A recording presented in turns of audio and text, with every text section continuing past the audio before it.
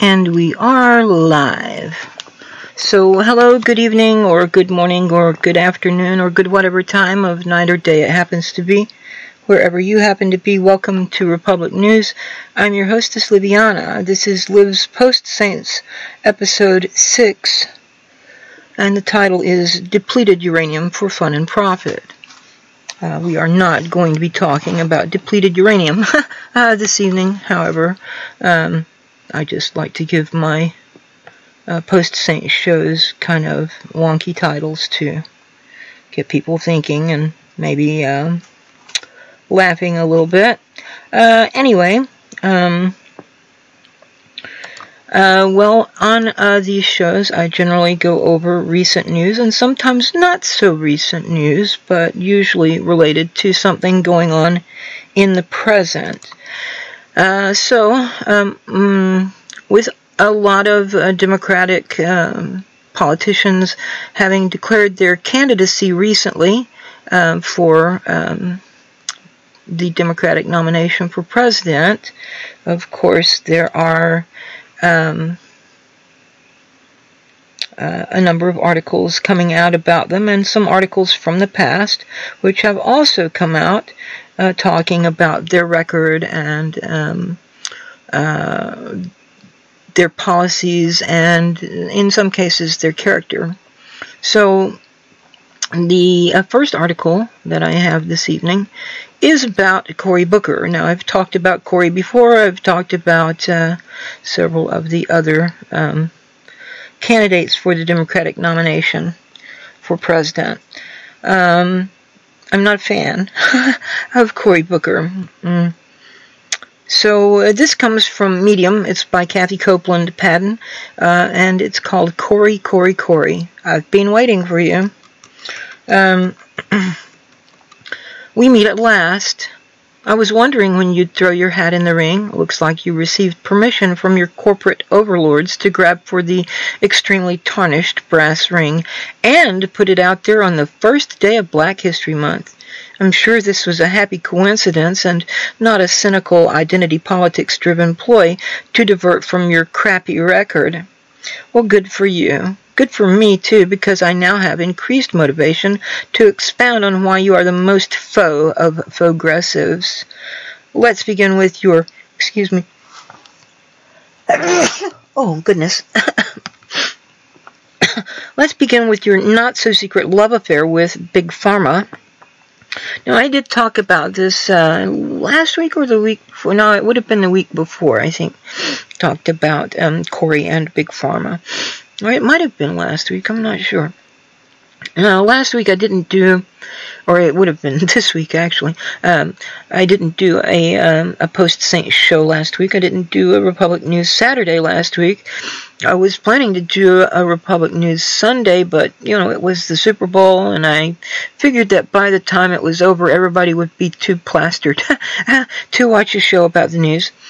So I did record the show on Sunday, and then I released it in 3 different pieces, one on Tuesday night, one on Wednesday day, I think it was during the day, and then another one on, I guess it was Wednesday. I'm not entirely sure.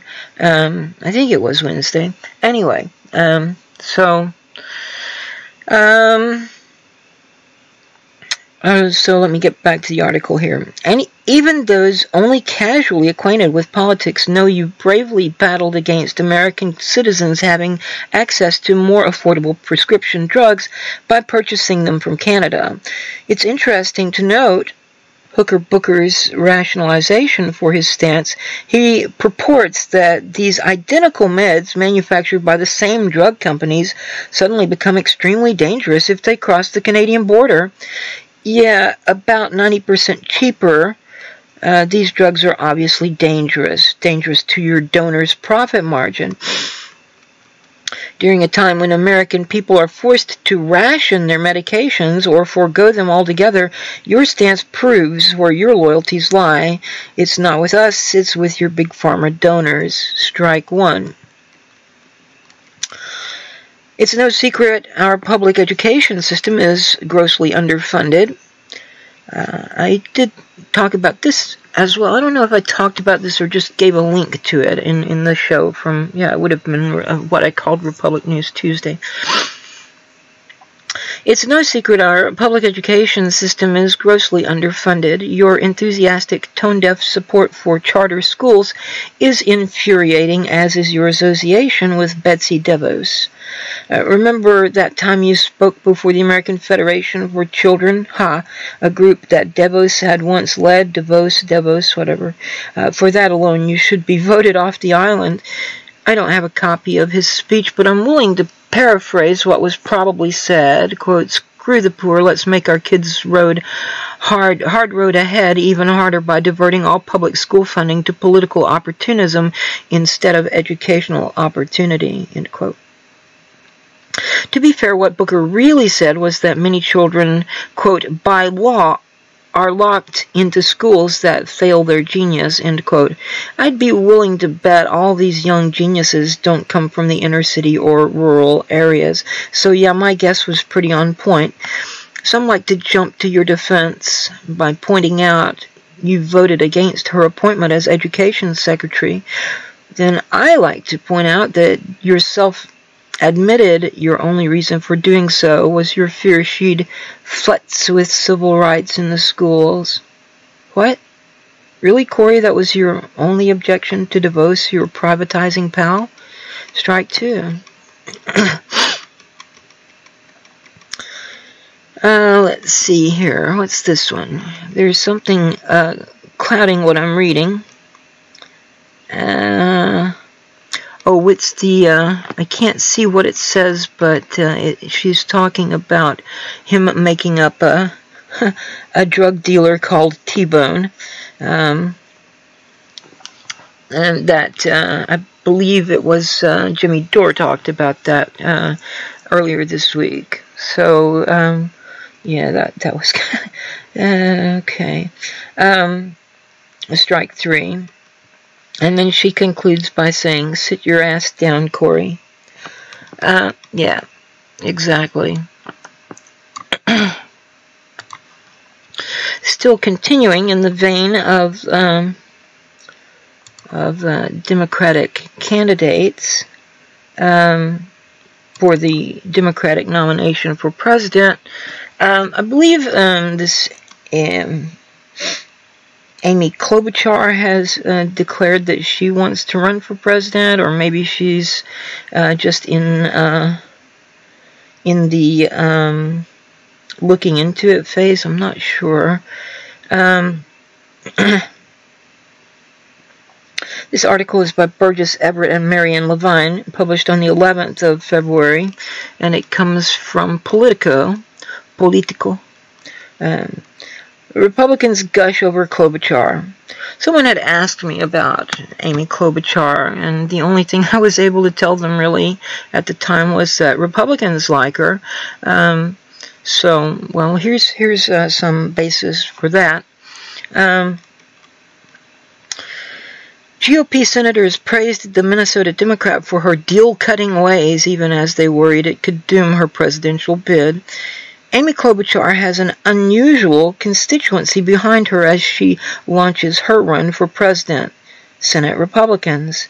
In a Democratic caucus filled with presidential hopefuls taking a hard line against Donald Trump's presidency, the Minnesota senator's brand of pragmatic politics stands out, and numerous Republicans are raving about Klobuchar, her personality, her respect for the other party, even her competitiveness in a general election. In fact, a dozen GOP senators were so effusive in interviews this month that some worried they might damage her candidacy in a Democratic nomination fight that has many candidates embracing the party's left flank. Senator John Corman, Republican of Texas, said, quote, "I hope I'm not condemning her nascent run for the presidency. She's too reasonable, too likable, too nice," end quote. Senator Roy Blunt, Republican from Missouri, said, quote, "She wants to achieve a solution, and I would hope that's not a disqualifying thing for someone who would like to be president. I like her a lot, and I hope that's not harmful to her, end quote. The three-term senator is certainly no Joe Manchin. Klobuchar reliably votes with her party when it comes to big issues like abortion and immigration. She's embraced progressives' ambitious Green New Deal and is rarely a headache for Democratic leadership. But she's also established herself as someone who can cut deals with Republicans and occasionally tax to the center.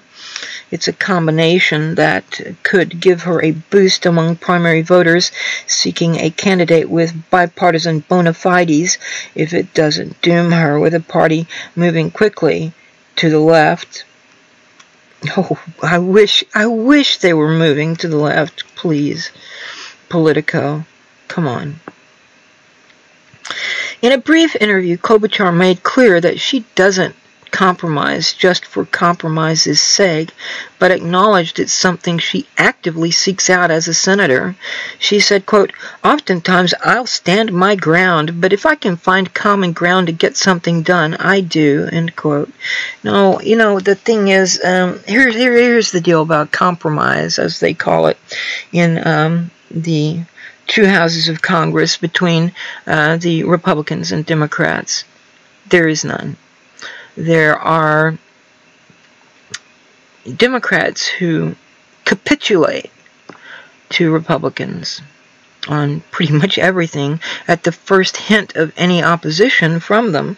And then there are Republicans who view compromise as somehow a bad thing, many of them influenced by the King James Version of the Bible, which uses the term compromise to translate some Greek word in the New Testament, and basically views it as a sinful attitude to compromise one's values and so forth.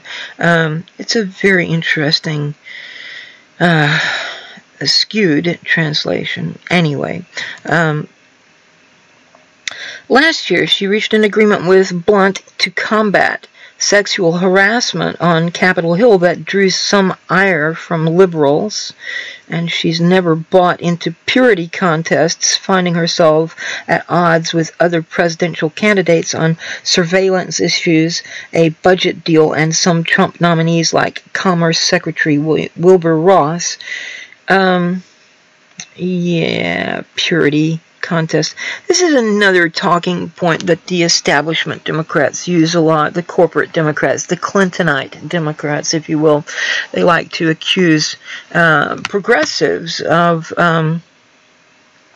having purity tests, that we want someone who's pure. No, you know, we don't. There's no one pure. Everyone is flawed. No one is perfect. I don't agree with everything Tulsi Gabbard stands for or says. I don't agree with everything Bernie Sanders stands for or says. I've taken issue with Bernie on a number of things. And I haven't really had the opportunity yet to rage against Tulsi, but she very clearly has not a very good handle on economics. Still, her intentions are good, and she still wants to push the right policies economically from what I've seen, which is good.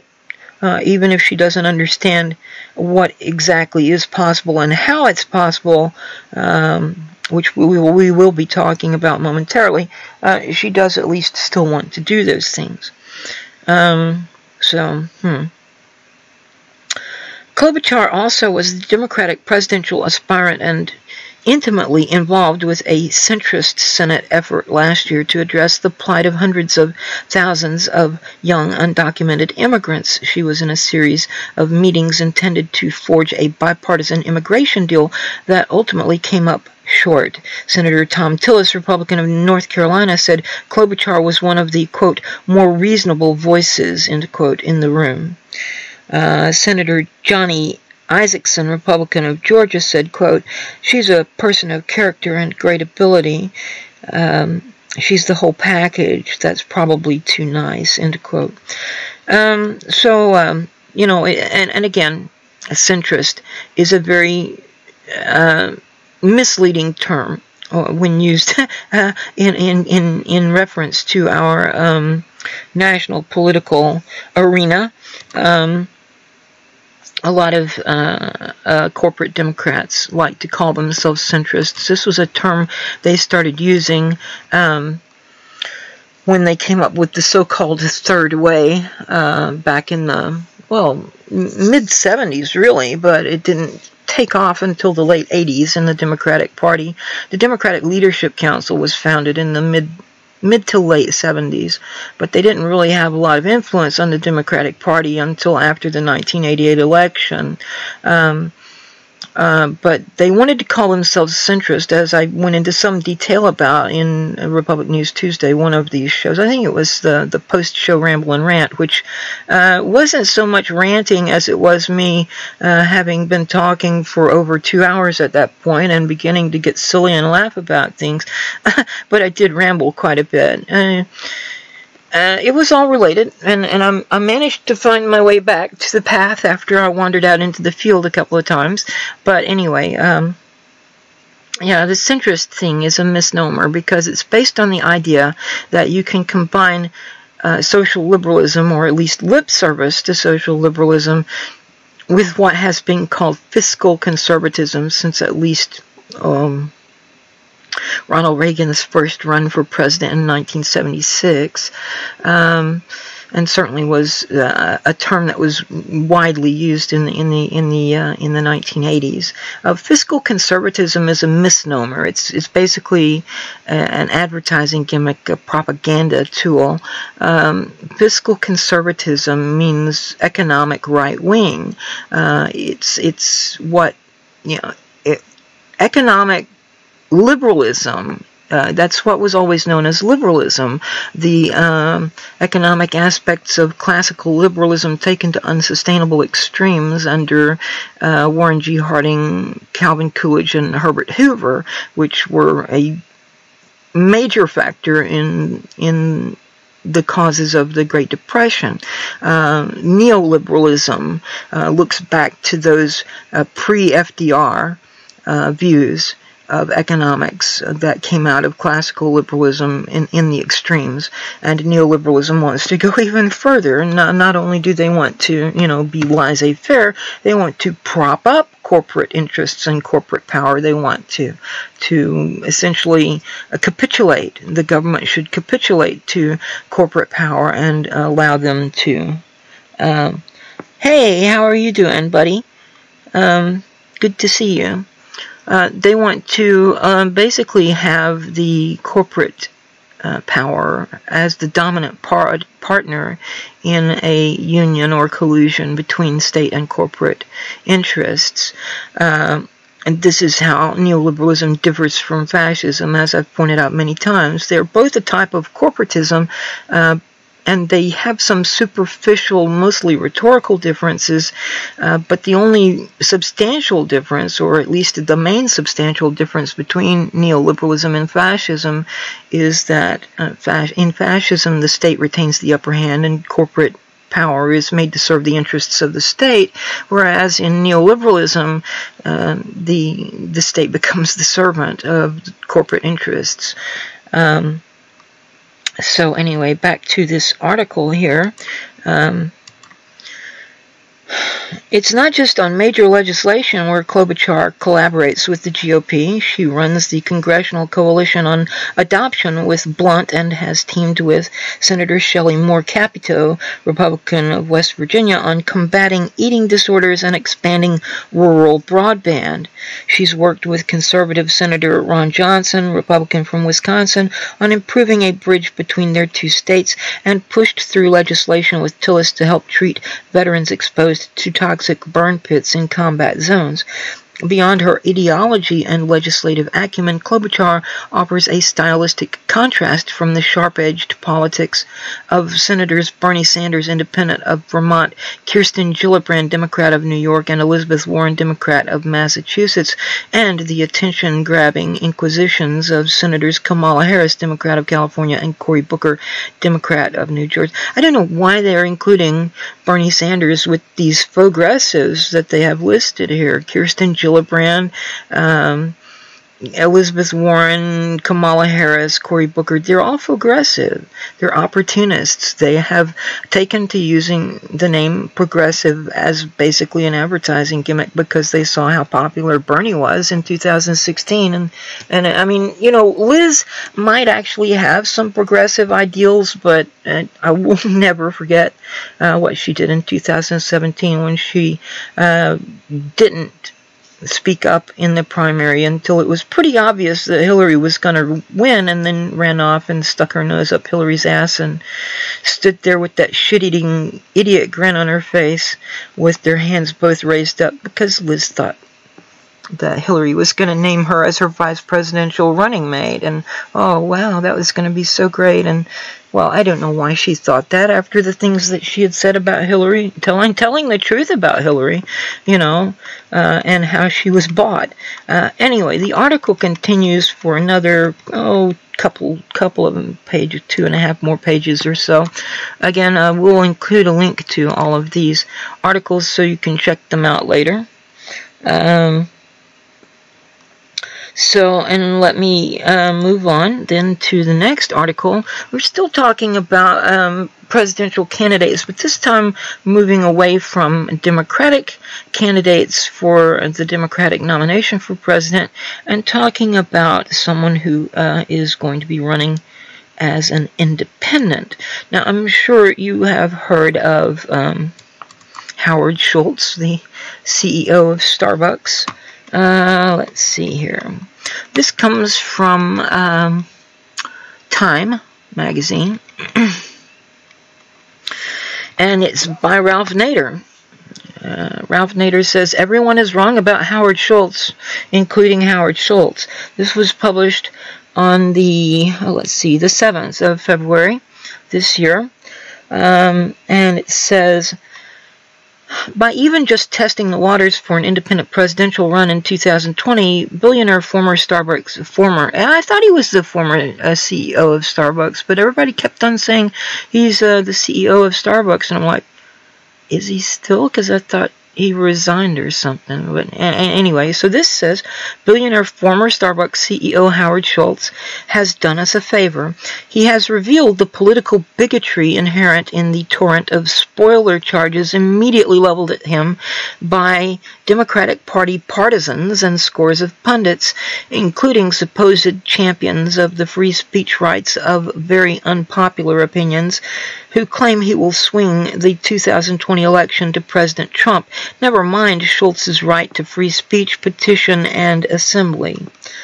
In my presidential campaigns, all the media wanted was my reaction to the spoiler charge. It didn't matter that I worked on overdue reforms, mostly supported by a majority of the public. It didn't matter that these initiatives had been taken off the table by the two major parties. The label will surely plague Schultz too, even after he clarified on February 4th, quote, I promise I would do nothing whatsoever to be a spoiler to re-elect Donald Trump, end quote.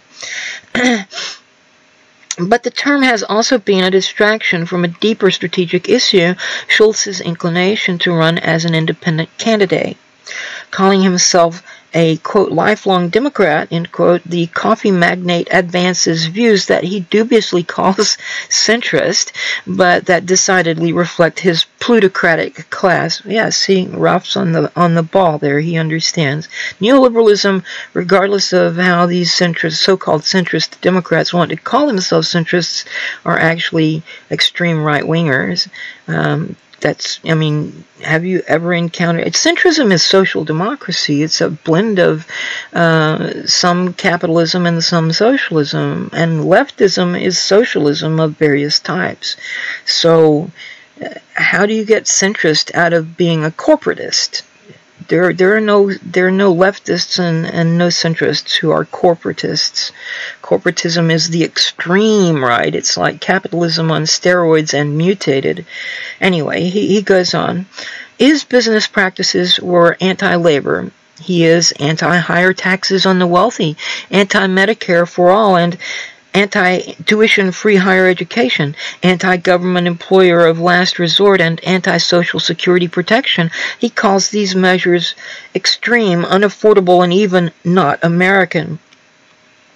He frets deeply about growing federal deficits without distinguishing those that come from corporate welfare, which Starbucks has received, and the massive Trump tax cuts, which Schultz has denounced, in contrast to deficits from infrastructure capital investments that generate GDP growth and efficiencies. He praises Ronald Reagan and calls Trump unqualified. Yes, he wants to stay in the Paris Climate Accord. And he has a more open stance on immigration than Trump, but moderate Republican voters share those views as well. Howard Schultz's agenda is simply far closer to the GOP's agenda. He would be better off registering as a Republican and challenging President Trump inside the party primaries, where he would receive massive visibility. Currently, Schultz is testing his dream theory that many people in the Republican and Democratic parties bridle at their party's polar extremes as if, oh my God. Enough. Such voters can, in Schultz's view, be joined with truly up-for-grabs independent voters to give him the edge in a three-way race. He will soon be disabused. Independent candidate Ross Perot received more than 19 million votes in 1992 and briefly led the polls in that three-way race. He received not one electoral college vote. It is very doubtful that the less evocative Schultz will come close to Perot's, total disadvantaged as he will by the same winner-take-all system and even higher hurdles to get in the two-party controlled presidential debates. Perot managed to overcome the latter. In no other Western democracy is it remotely as difficult for candidates to get on the ballot and to give more choices and voices to the voters. Third-party suppression is an American specialty, one I've experienced firsthand. What is tragic is that this creates a pattern. Since independent or third-party candidates do not have a chance to win, the media don't give them the coverage needed to compete and grow, even when they actually represent a majority of American beliefs. It is a vicious cycle. It once was easier to get on the ballot. A series of pioneering parties started in 1840 with the Liberty Party, which demanded the abolition of slavery. Later, the populist, progressive, and other parties pressed for women's suffrage, labor rights, regulation of big business, progressive taxation, the 40-hour work week, health insurance, Social Security, and electoral reforms. Not a single one won a national election, but their voters led the way on policies that the major parties eventually adopted. Yes, Peter Camejo, who was a Green Party candidate, pointed out at one point that most, if not all, progressive legislation which has actually been enacted came out of third-party and nonpartisan groups that were actively hostile to the two-party system. And Mr. Nader concludes, Schultz is no revolutionary. Oppose or support him as you wish, but do not demand he stay out or drop out and still call yourself a small d Democrat. Ultimately, it's the voter's fundamental right to choose. So, yeah, that's a little brief essay from Ralph Nader, and it was quite an interesting one, I think. Howard Schultz is definitely more of a Republican than a Democrat, and several people have suggested that he should register and run as a Republican and challenge Trump for the Republican nomination. He might actually have a chance, but as an independent, yeah, probably not. He's not a very inspiring person. His personality is not one that I would call winning. Yeah. So let's see. So I'm going to move away from the candidates for a bit here and look at what a Supreme Court ruling. Let's see, where's this? Yes. Okay. So this comes from NBC News. Supreme Court blocks Louisiana abortion law. First major ruling on abortion with Kavanaugh on court. This was published on the 8th of February. It's by Pete Williams. The U.S. Supreme Court on Thursday blocked Louisiana from enforcing a law that women's groups said would leave only a single doctor legally allowed to perform abortions in the state. By a 5-4 vote, the court said the restrictions must remain on hold while challengers appeal a lower court decision in favor of the law. It was the Supreme Court's first significant action on the hot-button issue of abortion since Donald Trump's nominee, Brett Kavanaugh, replaced Anthony Kennedy, who generally voted with the court's liberals to uphold abortion rights. The vote was not a ruling on the legal merits of the Louisiana restriction, but the decision to keep the law on hold signals that a majority of the justices have doubts about its constitutionality. Passed by the state legislature in 2014, the measure requires any doctor offering abortion services to have admitting privileges at a hospital within 30 miles. 2 Louisiana doctors and a clinic filed a legal challenge, arguing that it was identical to a Texas law the Supreme Court struck down in 2016. In that ruling, joined by Justice Kennedy, the court said Texas imposed an obstacle on women seeking access to abortion services without providing them any medical benefits. The Center for Reproductive Rights said Louisiana's law would leave only one doctor at a single clinic in New Orleans to perform the procedure, a drastic limitation that, quote, cannot possibly meet the needs of approximately 10,000 women who seek abortion services in Louisiana each year, end quote. So this article goes on for another page or so, and again, a link will be provided eventually. I may not get these links into the video description before the stream ends, but if not, they will be either in the video description here, or there will be a link to a blog post where you can read them. Now moving on to more interesting shenanigans here. This comes to us from Canada, and let's see, where is it? Yeah. This is from the Canadian National Observer, and it's false oil price narrative used to scare Canadians into accepting Trans Mountain pipeline expansion.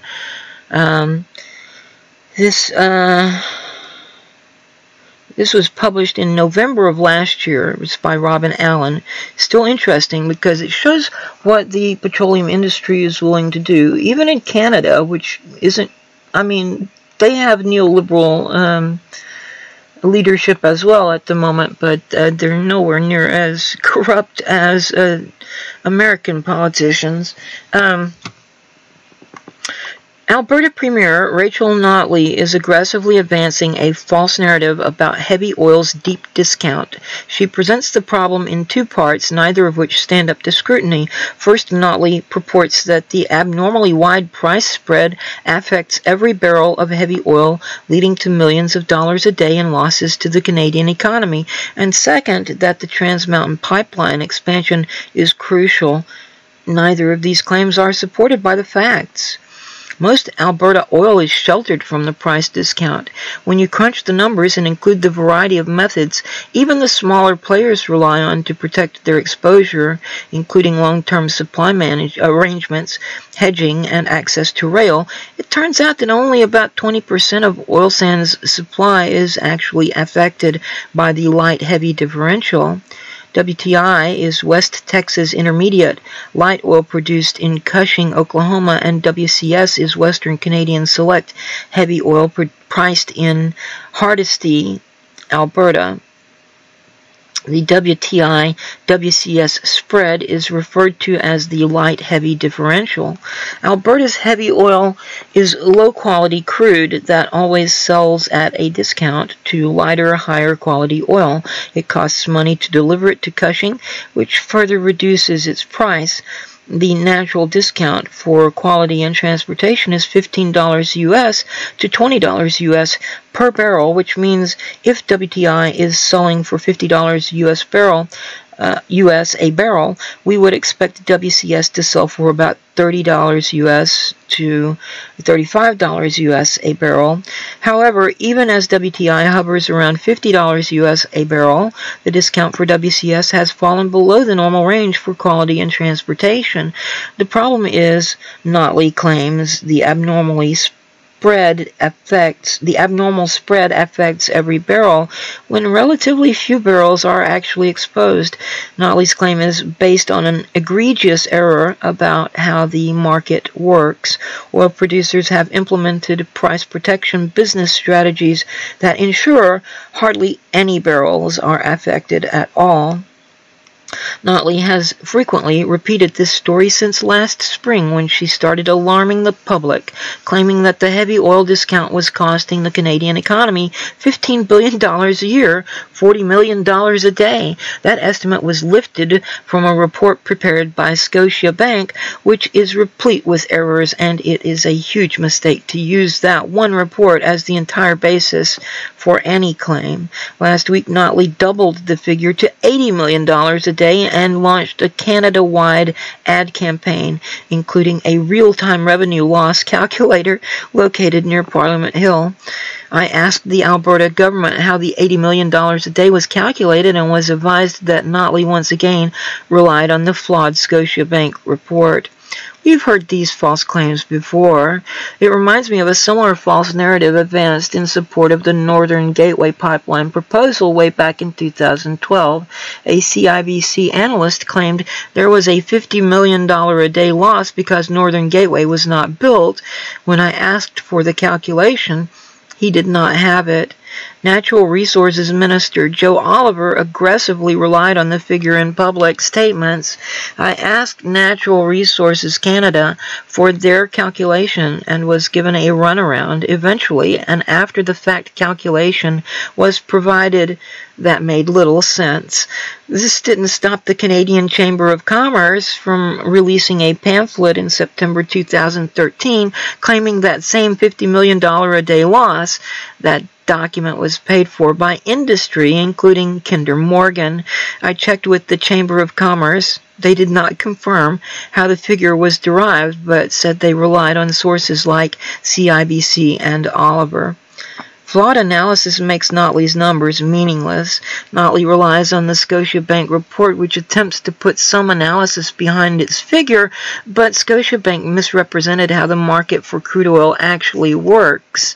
Scotiabank mistakenly applied the discount to all barrels supplied as if they are all exposed to spot market. Oh, I messed up here. As if they are all exposed to spot market pricing when relatively few are. What matters is not the size of the discount, but the number of barrels exposed to it. Reliance on a flawed Scotiabank analysis renders Notley's claim meaningless. Take, for example, the integrated operations of major oil producers active in the Alberta economy. Scotiabank would have Canadians believe that when Suncor, Husky, and Imperial sell the crude they produce to their refineries in Canada, they suffer a loss. They don't. They make profits in their refinery operations in Canada as if they paid the international benchmark price, Brent, for their feedstock. Scotiabank would also have us believe that when other Canadian refiners such as Regina Co-op in Saskatchewan or Parkland in BC buy discounted crude, that this is a loss to the Canadian economy when it is a clear gain. Since Scotiabank forgot that we have a refinery sector in Canada, this error alone overstated the number of barrels it subjected to its loss estimate by about 20%. I asked Scotiabank about this. I was told that their report was not intended to be a cost-benefit evaluation. When I said their report is presented as such, suddenly they had no further time for discussing the flaws in their analysis with me. Okay, so I mean this article goes on. Let's see. I'm gonna skip down a little bit and see.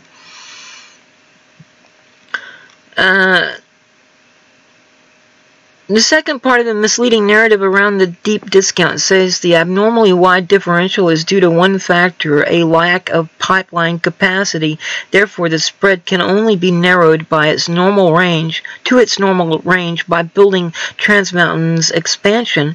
The problem is, other factors are driving the steep discount, and excess pipeline capacity will be available long before Trans Mountain is ever built. Earlier this year, producers became more concerned about access to pipeline capacity. They began to nominate for pipeline space not only based on barrels they had available to ship, but for barrels they didn't have. The industry has a term for these imaginary barrels. They call them air barrels.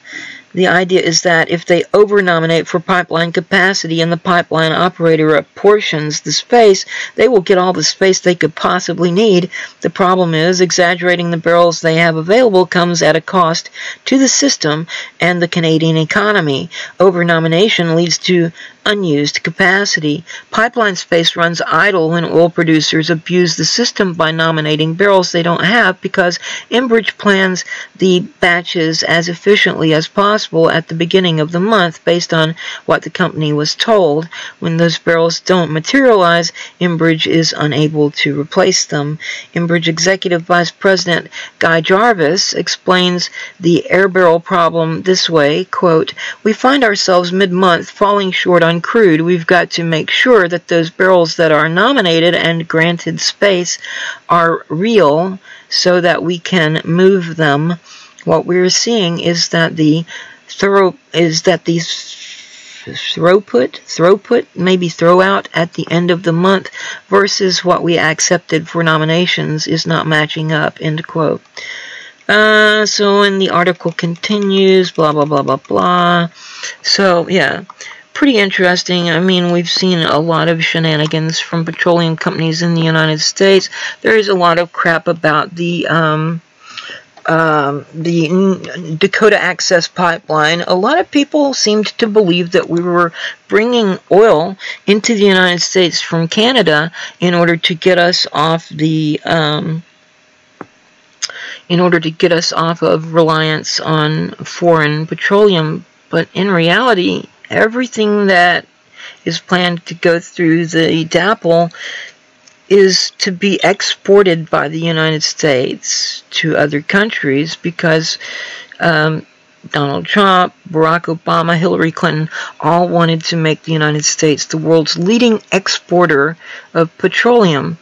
And meanwhile, we still have people complaining about American dependence on foreign oil, and we're still invading countries like Venezuela, or maybe invading them, and Iran, Iraq, Syria, Afghanistan, because we want their oil.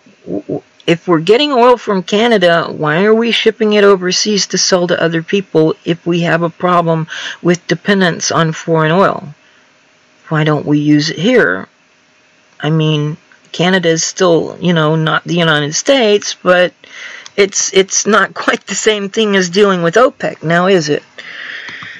I see Mycroft has joined us. Yeah, Ronald Reagan was a Democrat before he was a Republican, Mycroft.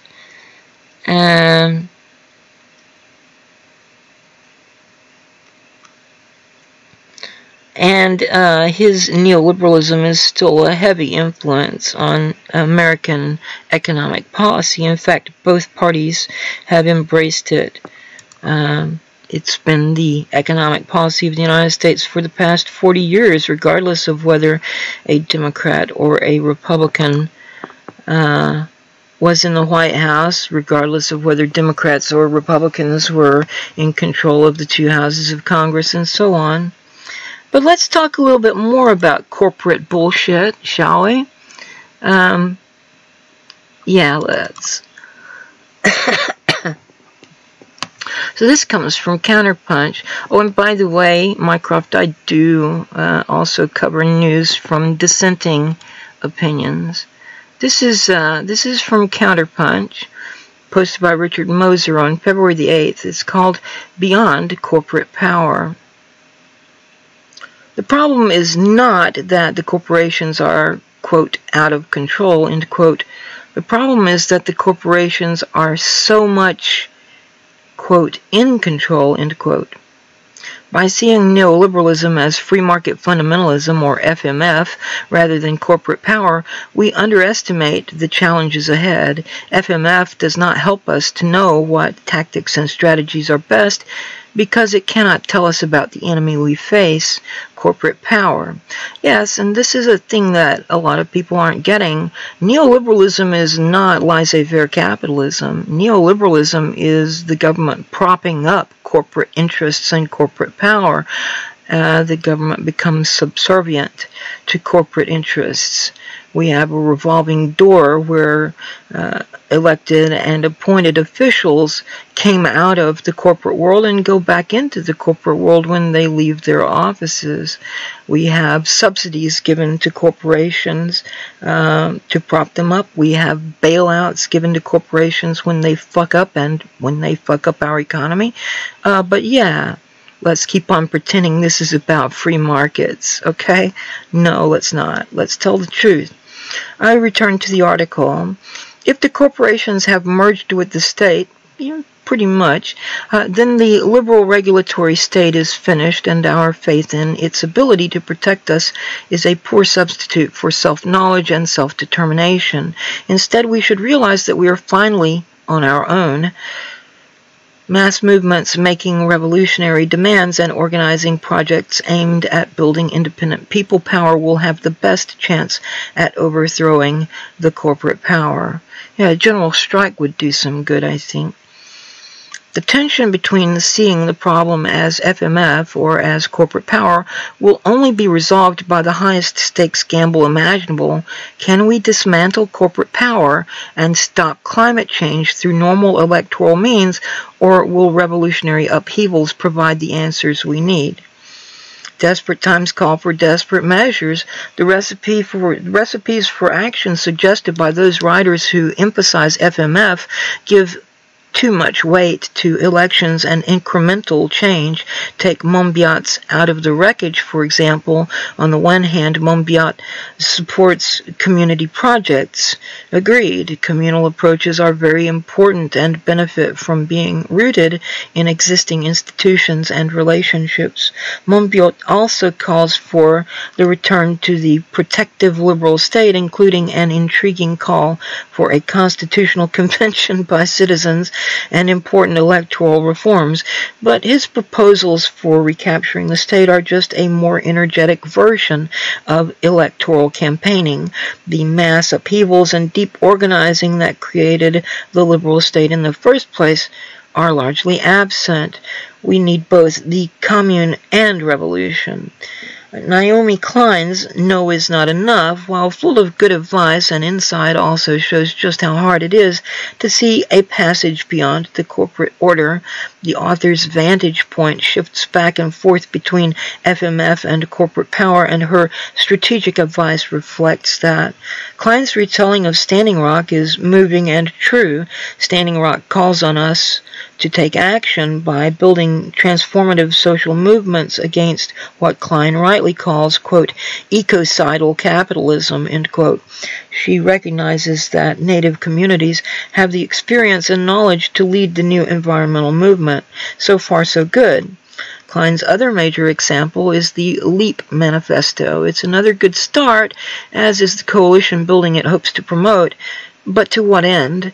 Utopian visions are important, as Klein argues, but the future LEAP calls for is not nearly utopian enough. LEAP calls for more rigorous corporate regulations, ending austerity and expanding social inclusion.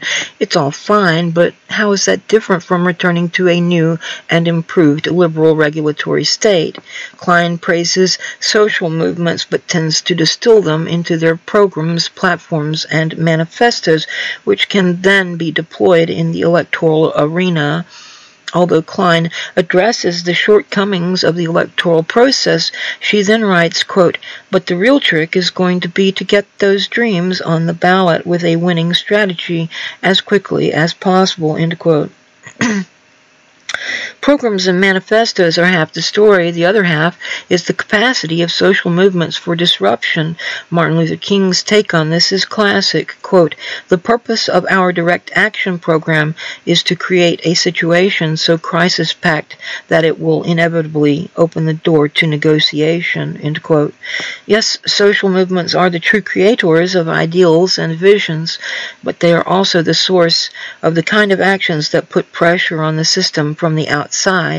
For Klein, recent, quote, "left-wing almost wins," end quote, in the U.S. or French elections took us, quote, "within an arm's reach of power," end quote, while a Sanders win may well have been and may well be a huge step forward.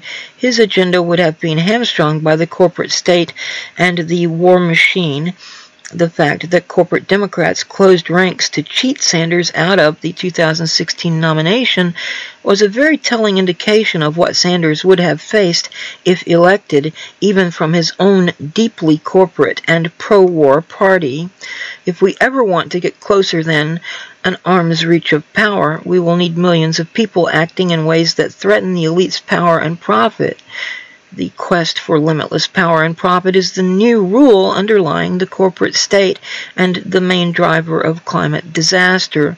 We must overturn this rule, knowing full well just how deeply entrenched corporate power is.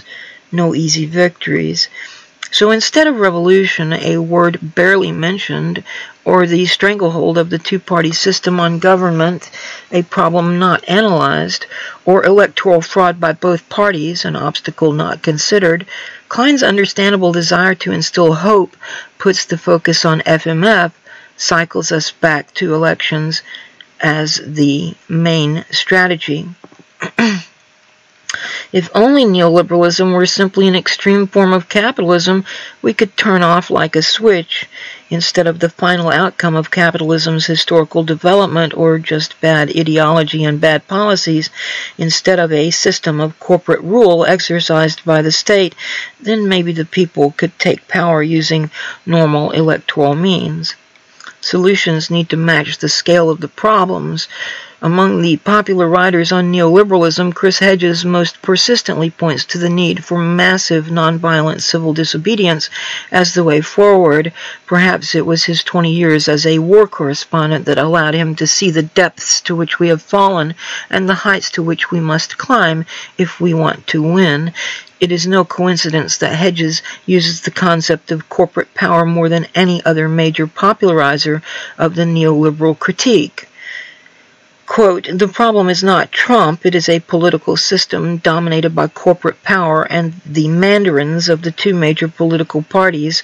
We will wrest back political control by dismantling the corporate state, and this means massive and sustained civil disobedience like that demonstrated by teachers around the country this year," end quote. Corporate power has produced multiple interlocking crises that cannot be resolved within the existing system. Consider the mountain of evidence on wealth inequality, a crisis responsible for much of the social dysfunction we face precisely because it combines and intensifies the inequalities of race, gender, and class, threatens our environment and democracy, and magnifies global inequalities produced by empire and colonialism. Researchers from 14 universities have studied wealth inequality over thousands of years, finding that the U.S. is one of the most unequal countries in all of history. The great leveler, Stanford University's Walter Scheidel, has concluded that once Stanford University's Walter Scheidel has concluded that once inequality has grown to existing levels, history gives us no examples of it being resolved using normal means. Scheidel claims that mass warfare, plague, state collapse, or transformative revolution are the most likely outcomes. All the means are at our disposal. It is hard to see that any movement against corporate power could succeed without using all the nonviolent means at its disposal: social movement unionism, tenants unions, massive nonviolent civil disobedience, strikes, communes, cooperatives of all sorts, occupations, rank-and-file groups, full-fledged social movement for peace and justice in all the forms of disruptive protest activities they can produce. Elections do matter, but without these struggles and disruptions, electoral efforts will fail to deliver. No one is going to save us. How do we save ourselves? It is impossible to know in advance with any certainty which tactic or strategy is best. Wild experimentation with strategy combined with disciplined, dedicated practice will resolve what debate alone cannot. We must also use all the visionary means at our disposal. We should make revolutionary demands that would lead to dismantling corporate power, abolishing the fossil fuel regime, ending empire and war, converting large corporations, the banks first of all, into public utilities placed under democratic control, expropriating billionaires, canceling debts, abolishing the militarized penal system, returning large tracts of land to natives, paying reparations to populations once enslaved, and no taxation without representation. We need many forms of experimentation in economic and workplace democracy, including worker ownership of enterprise and housing, public promotion of local economies, and the transfer of significant political authority to local assemblies. And so this article goes on for another 2 pages or so, page and a half maybe. I will have to say, I do not support any call for literal violent revolution. I think it would result in a lot of good people dead and in prison, in some cases, awaiting execution for having taken up arms against their government. And, you know, quite frankly, we're in a situation now where we've already surrendered far too many of our rights to make an effective stand against our government. At the same time, I'm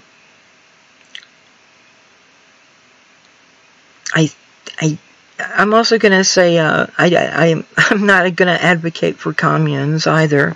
Cooperatives, yes, but I mean, communes have a history of being kind of withdrawn from the wider struggle. They go off to their own little area and do their own thing, basically. Kind of like a convent or a monastery where they go off and live apart from the rest of the world. Now, in some cases, they do interact with other local businesses, cooperatives, and so forth. But yeah, I don't see them as being particularly effective in a broader struggle for society and the like.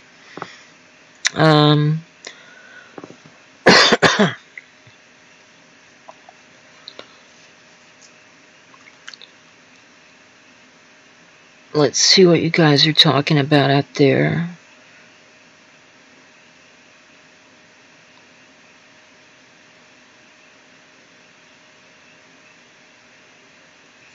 Yeah. The thing is, Reagan, if he were to run for president today, would probably feel more comfortable still being in the Democratic Party, because they're pretty much where he was in 1976 and 1980 and 1984 when he was running then. So, yeah. There are a lot of things I could say about the article I just read most of, but it's, you know, like I said, I don't always read things that I agree with. There are things that I read from other perspectives. Now, Counterpunch is generally a media outlet with which I do agree, but they do have some things off here and there. So let's move on here. There was someone who wanted to claim that. Well, let me just get into the article here. we're still going to be talking about neoliberalism and the like. This comes actually from Business Insider. And it was published on the 27th of January, 2019. It's by Jim Edwards. It's unemployment is low only because involuntary part-time work is high. It has involuntary in scare quotes, which, I mean, there are a lot of people who would like to have full-time jobs, but they don't get the opportunity. So I think it is involuntary. I mean, they're not choosing part-time jobs. It's about the only thing they can get. A lot of these companies don't want to hire people to work more than 30 hours a week, and sometimes not even that much, because if they do, then they have to deal with providing health care coverage and the like. So there are a few bullet points here at the top of the article. Unemployment is at record lows in both the UK and the US, but involuntary part-time work is at least 40% higher in both countries than it was just 10 years ago. The structure of the labor market has fundamentally changed, and what we used to think of as unemployment has been replaced by mass part-time work, much of it unwanted. Gig economy jobs are to blame, according to Rob Belletta of the San Francisco Fed. Britain just notched up yet another record-breaking low for unemployment, according to the government. Unemployment stayed at just 4%, while the number of people with jobs rose to 32.54 million, or 75.8%. Quote, the highest since comparable estimates began in 1971, end quote, according to the UK's Office for National Statistics. But once again, the monthly jobs tally eclipsed how that miracle was achieved. Headline unemployment is only at a record low because of a 42% increase in the number of people who are in involuntary part-time work. Now, it gives a graph here. Of UK seasonally adjusted January to March 2006 to September to November 2018. And it has, let's see, what is that? I'm not really sure what the red line is. But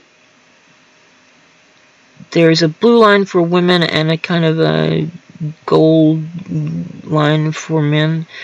And then there's a red straight line that goes right through. So, I mean, if you guys want to look at that, I mean, again, the link for the article will be provided later. Involuntary means they're only working part-time because they cannot get a full-time job.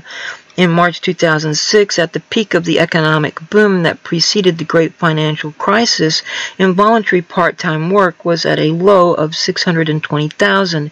It rose to a peak after the 2008 crisis, but today, after 10 years of economic growth, it has settled back to 881,000, an increase of 42% over the period, according to the ONS.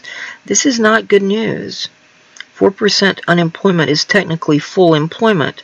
Anyone who wants a job should be able to get one, but 881,000 workers need full-time jobs, the kind that get people out of poverty, and those jobs are not available.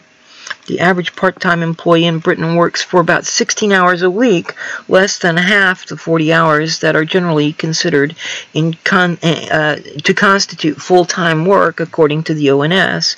So if involuntary part-timers were reclassified as unemployed on the logic that they are unemployed for a majority of their week, then the UK unemployment rate would be 7% based on a back-of-the-envelope calculation using numbers provided by the ONS.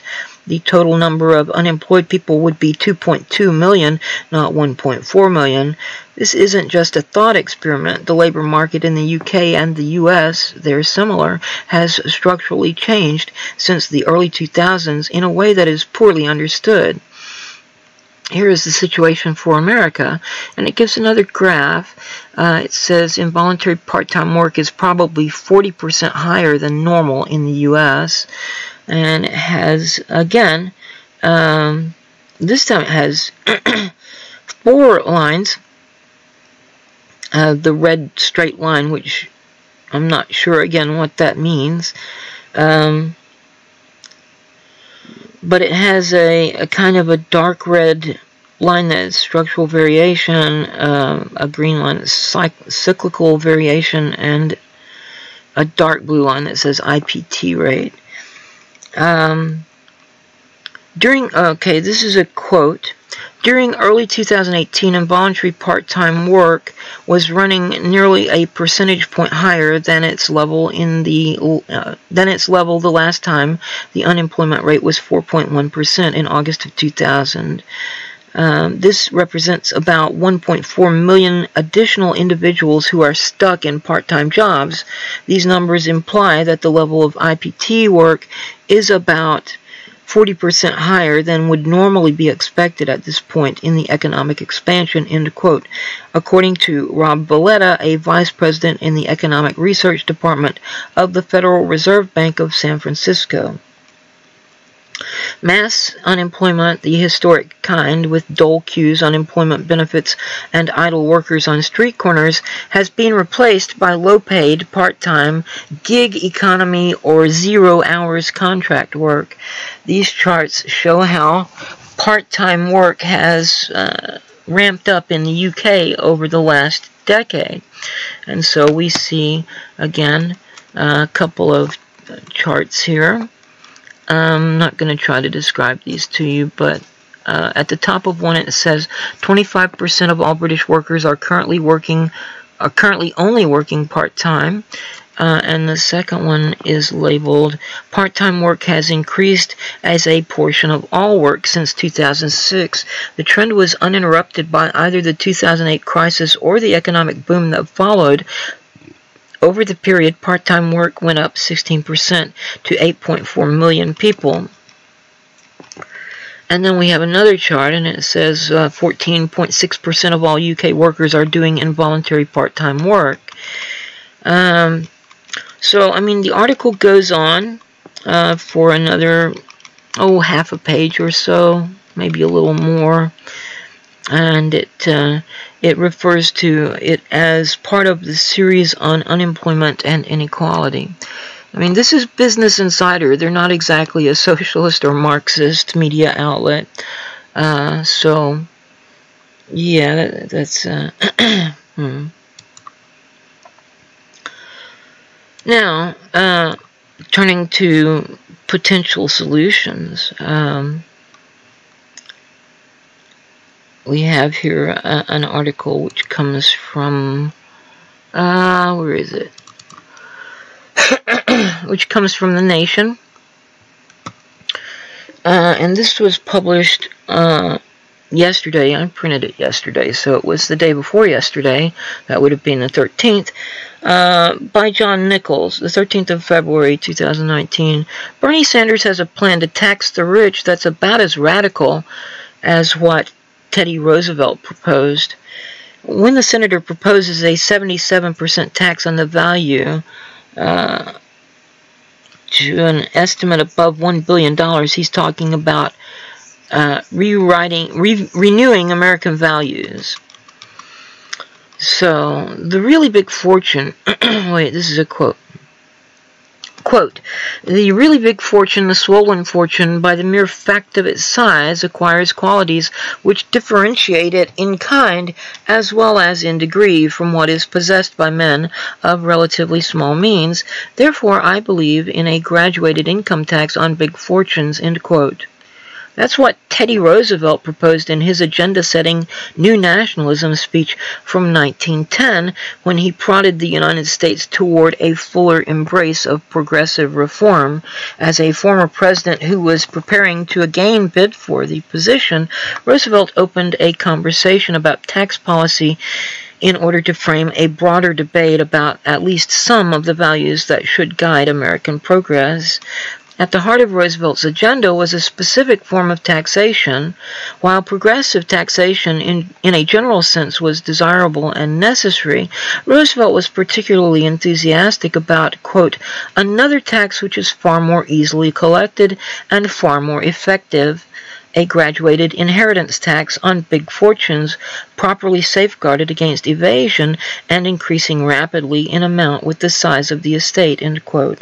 Teddy Roosevelt, it should be noted, was a Republican who possessed considerable wealth of his own. He was a flawed figure who let down the progressive cause at many turns and never matched the courageous domestic and foreign policy vision advanced by his rival for leadership of the progressive movement, Wisconsin Senator Robert M. La Follette. But Roosevelt recognized that taxing inherited wealth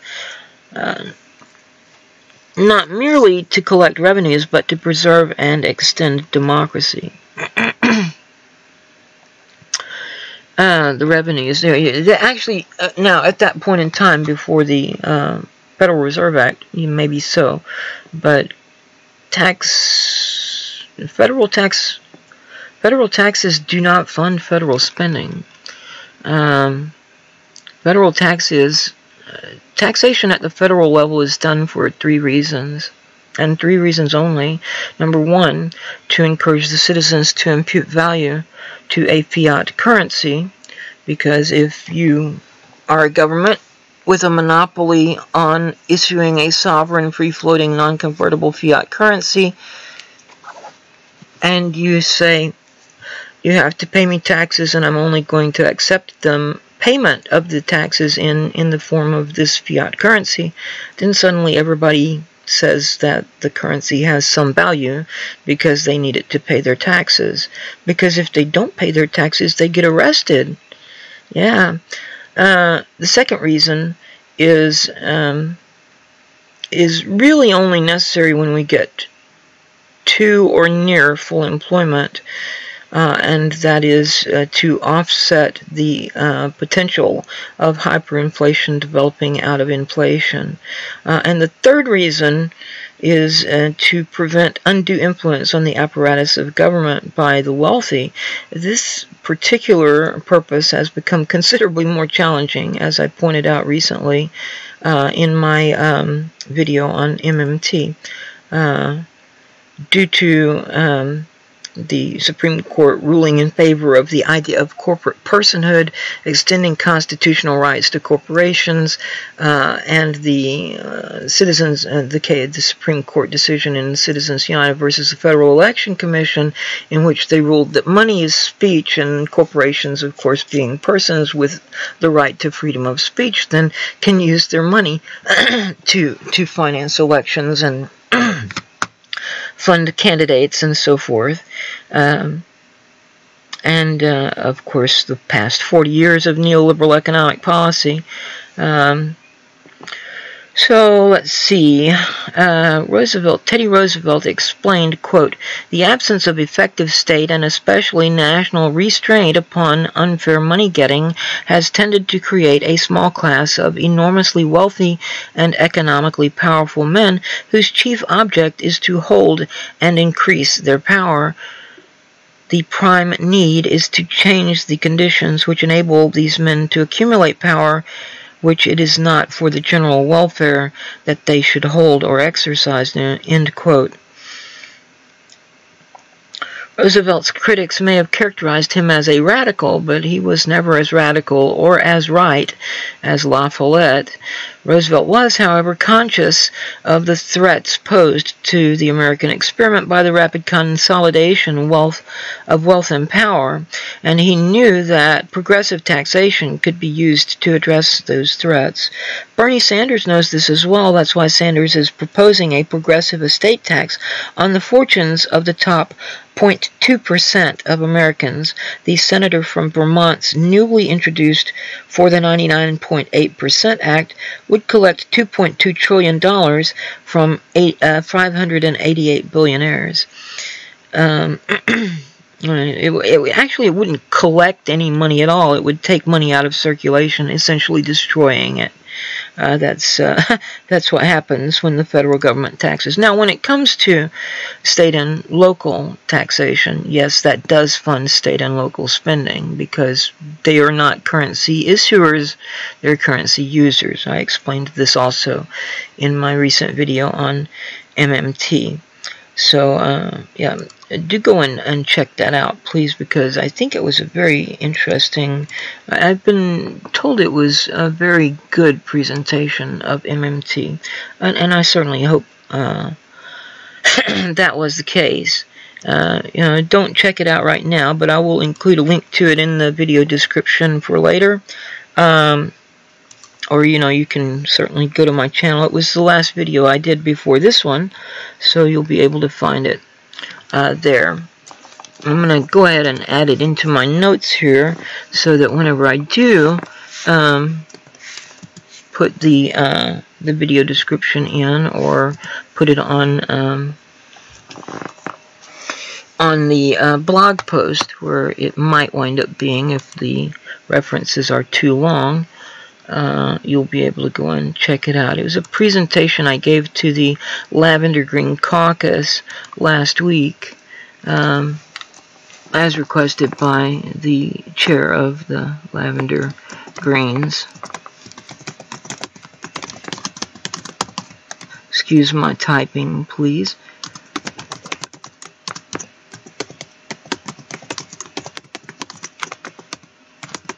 Alright, so that's there and ready to go when the time comes. And let's see now, where am I at? Ah, yes, okay. I'm still actually, oh wait, I need to move that down to the next. Oh, what the fuck is that?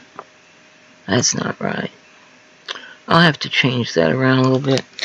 Anyway, I'm gonna move that into its appropriate place here real quick. If I can figure out where my mouse pointer is, there it is. Yeah. And I'm going to get back to this article here in just a moment. So bear with me as I do some housekeeping sort of things here for the moment. Alright, there we go. So, back to the article. Sanders argues, quote, at a time of massive wealth and income inequality, when the 3 richest Americans own more wealth than 160 million Americans, it is literally beyond belief that the Republican leadership wants to provide hundreds of billions of dollars in tax breaks to the top 0.2%. Our bill does what the American people want by substantially increasing the estate tax on the wealthiest families in this country and dramatically reducing wealth inequality. From a moral, economic, and political perspective, our nation will not thrive when so few have so much and so many have so little, end quote. Sanders is widely expected to bid for the Democratic presidential nomination in 2020. If he does so, Sanders will not be the only contender with a bold plan to tax the rich. Massachusetts Senator Elizabeth Warren, for instance, has a plan to levy a 2% tax on the assets of wealthy Americans with more than $50 million. From those with over $1 billion, she'd demand an additional 1%. The Democrats who seek to dislodge Donald Trump in 2020 will all need to make tax policy a priority. Republicans have for so long practiced reverse Robin Hood politics, take from the poor and give to the rich, that the promised Democrats promises. I mean, come on, editors, come on, guys. That the promises Democrats make will be unobtainable without the infusion of revenues that comes from taxing the wealthy. No, you fucking idiots. No. Who wrote this shit? Seriously. John Nichols. I'm gonna have to find this guy and have a chat with him. Anyway. You're not getting any revenues from... I mean, Alan Greenspan pointed this out. Beardsley Rumel pointed this out. Economists, people in the Fed, people know this.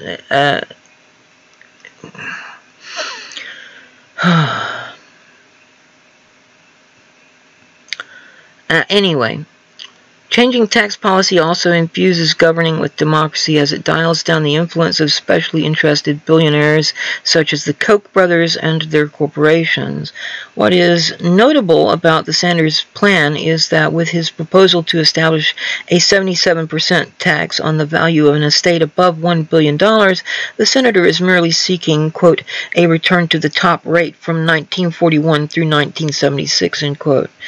Yeah, you know, and also there was a marginal tax rate on the top income bracket that went from the end of the 40s until 1960, well, through 1963. That was over 70%. And marginal tax rate doesn't mean, hey, if you make $1 billion, I'm going to take 70% or more of everything you make a year. It means everything you make over that $1 billion, or whatever it happens to be. So these people that are shitting themselves over Alexandria Ocasio-Cortez's suggestion for a marginal tax rate on the top 1% are, no, this is not going to affect anybody except the most wealthy, and it's not even going to affect most of their wealth unless they're making a shitload more than $100 million a year. All right, so yeah, I mean, Jeff Bezos might have to pay some taxes, which, we're going to talk about that here in a moment, too. Anyway, so this article goes on, and I mean, it's got another page or so. It's got some interesting information in it. It's economically illiterate, but go ahead and check it out. It's not completely economically illiterate, I will say. Let's see what's going on here. And now again, there are a lot of people, particularly in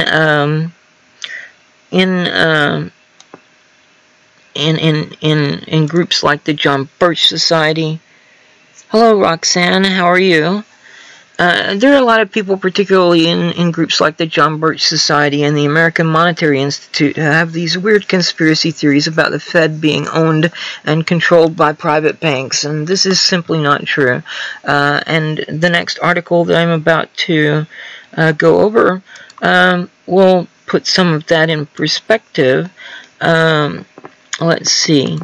This article comes from the New York Times. It was published on the 10th of January 2018, and it tells us that the Fed delivered $80.2 billion in profits to the Treasury in 2017. Now, why would the Fed give profits to the United States Treasury if the Fed were owned by private banks, if the Fed were controlled by private banks? The Fed is a creature of Congress, as established in the Federal Reserve Act of 1913, which there is a link to that in the blog post that gives the video references for my video. That was a presentation on MMT for the Lavender Greens. So when you go and check that out, do check out the blog post with the full references. You'll be able to see an article by Beardsley Rumel from 1946, as well as several other interesting bits of information by very prominent economists and professors of economics, including the head of the Levy Economics Institute at Bard College of the University of Cambridge. Anyway, this is by Benjamin Applebaum. It says, the Federal Reserve's economic stimulus campaign continued to generate large profits in 2017, helping to reduce the federal deficit, but the windfall is showing signs of tapering.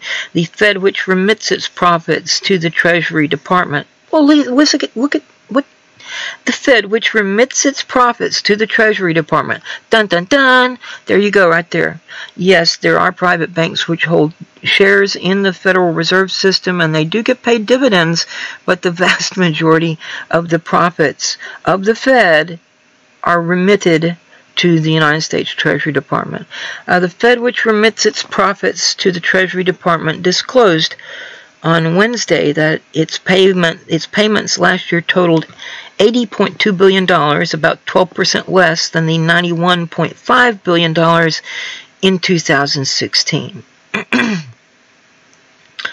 Reducing the federal deficit is not necessarily a good thing either. I mean, the federal deficit just amounts to how much money is in circulation. It is a surplus for private individuals and businesses. That's what is known as sectoral balancing. Private sector, public sector, and so forth. That's what we're talking about when we say sectoral balances. Anyway, the decline in profits reflects the Fed's efforts as the economy gains strength to conclude the economic stimulus campaign it waged in the wake of the 2008 financial crisis.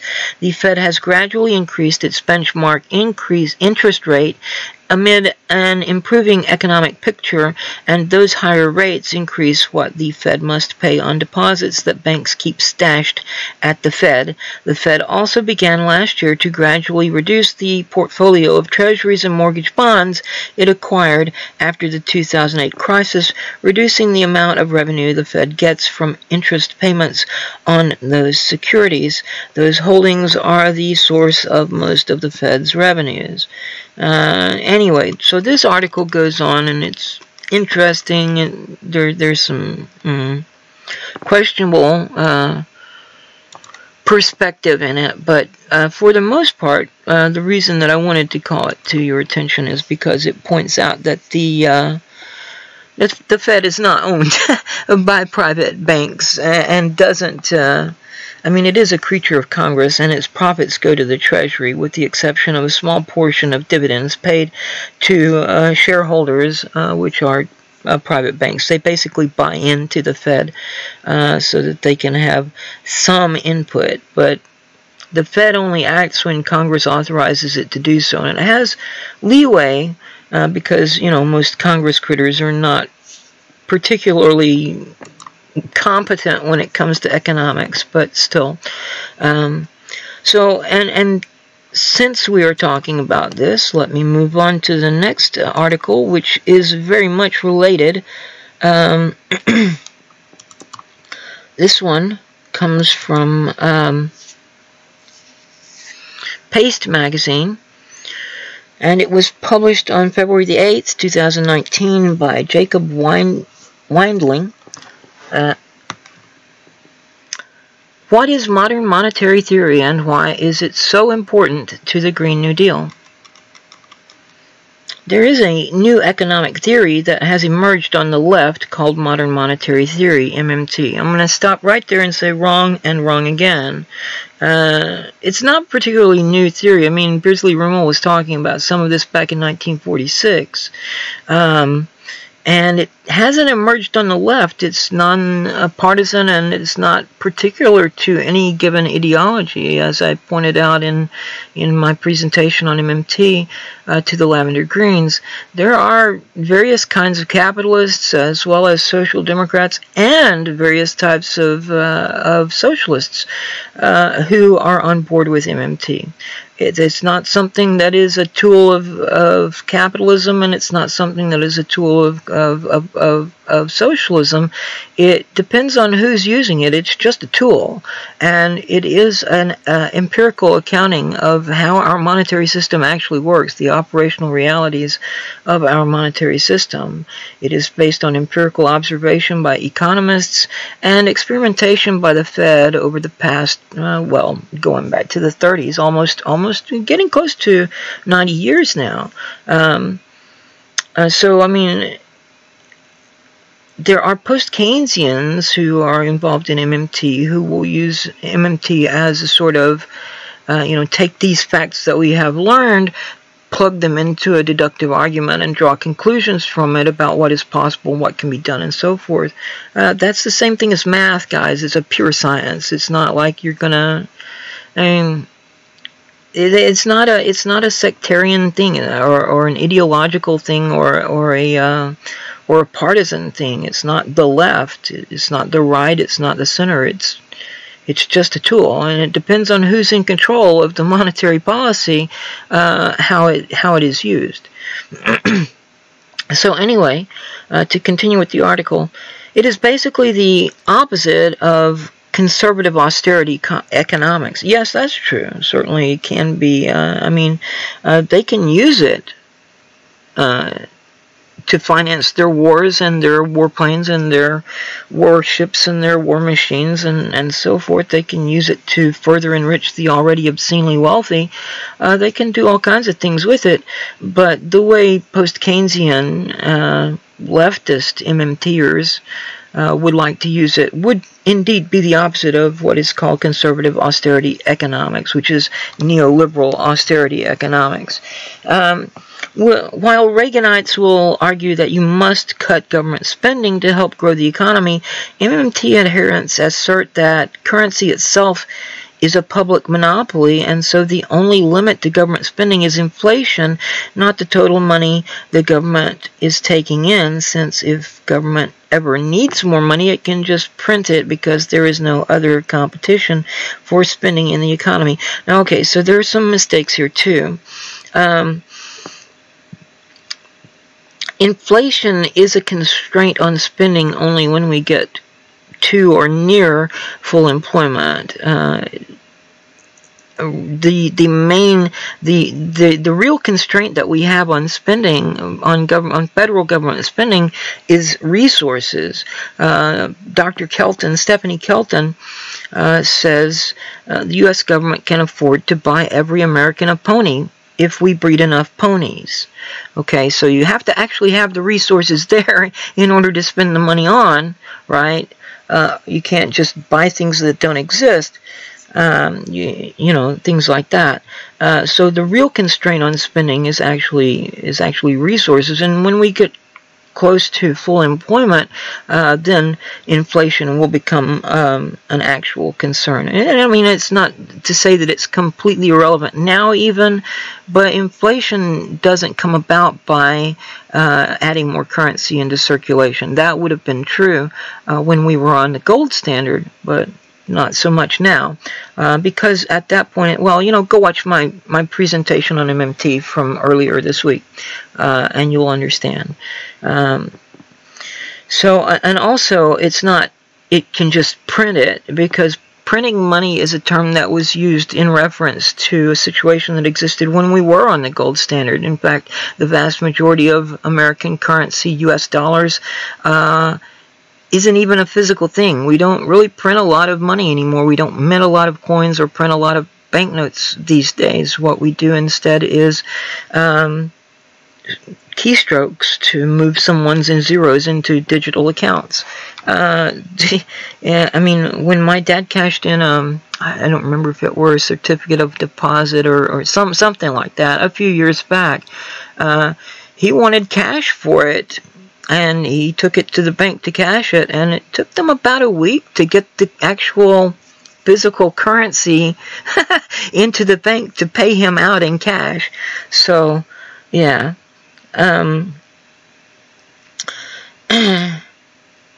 Okay, let's see. But anyway, it's kind of misleading to talk about printing currency because it's not really what happens. But it goes on, because there is no other competition for spending in the economy, which is true. The United States federal government has a monopoly on a sovereign, non-convertible, free-floating fiat currency. And if you want to know what I mean by those terms, again, watch my presentation on MMT, which was the video before this one. This matters now because the Green New Deal has finally manifested in legislation co-sponsored by top 2020 contenders like Kamala Harris, Bernie Sanders, Kirsten Gillibrand, Cory Booker, and Elizabeth Warren. I'm in a big yawn on all of those except Bernie Sanders. Alexandria Ocasio-Cortez's companion Q&A cites two pieces, one in Forbes and the other in Huffington Post, which assert that the question of how do you pay for the Green New Deal has already been answered. The HuffPo piece was written by Professor of Economics and Public Policy at Stony Brook University, Stephanie Kelton, who was also the chief economist for the Democrats on the U.S. Senate Budget Committee. Yesterday, she posted a thread containing some legitimate economic questions that MMT claims to answer. Question, are you saying the government can just, quote, print the money, end quote, to pay for new spending? Answer, is there any other way? Question, but that's deficit spending, so now you have added to the national debt. Answer, except the dollars to buy the bonds comes from the deficit spending. It's not borrowing in any meaningful sense of the word. When people swap dollars for bonds, they're just holding another kind of government money. This was a tweet from Stephanie Kelton, February the 7th, 2019, and she goes on in this tweet thread. Question, but what about the interest payments? There will be less money available for everything else. Answer, wrong. The government makes interest payments the same way it makes all payments. It can always spend more on other things. Inflation is the limit. A question, are you saying that we can have a Green New Deal without any new taxes? Answer, it depends on what's in the Green New Deal and whether the U.S. economy has the extra capacity to absorb the proposed spending at the time it occurs. Question, do you think at Speaker Pelosi will read this? Answer, I don't know, but I hope at AOC will. So, that is the end of the tweets they've included, at least.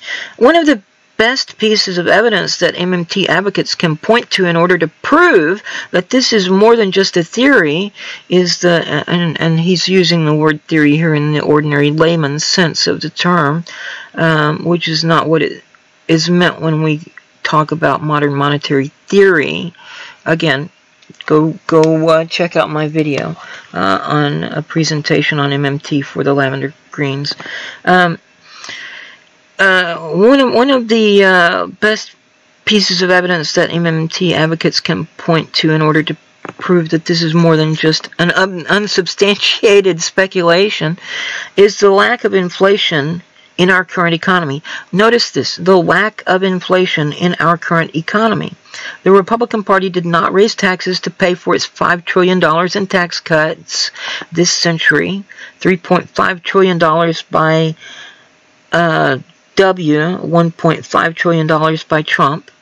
The Iraq War, or the longest war in American history, our aimless quagmire in Afghanistan that is still killing Americans to this very day.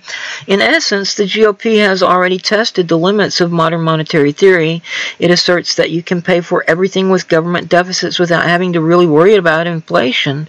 Obviously, this is true up to a certain point, given that the economic nature of inflation is similar to gravity.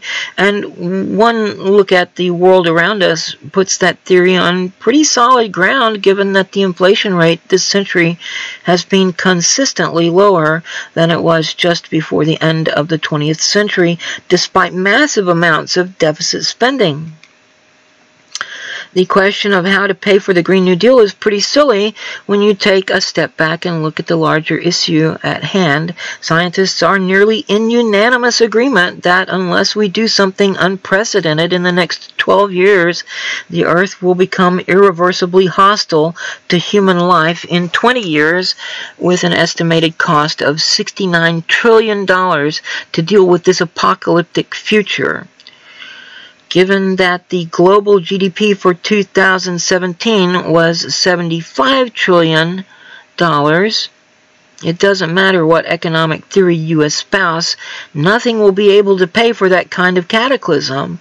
The Green New Deal doesn't have a price tag yet, but I can guarantee that it will cost far less than $69 trillion, making it the fiscally conservative policy option in humanity's bid to avoid certain planetary destruction.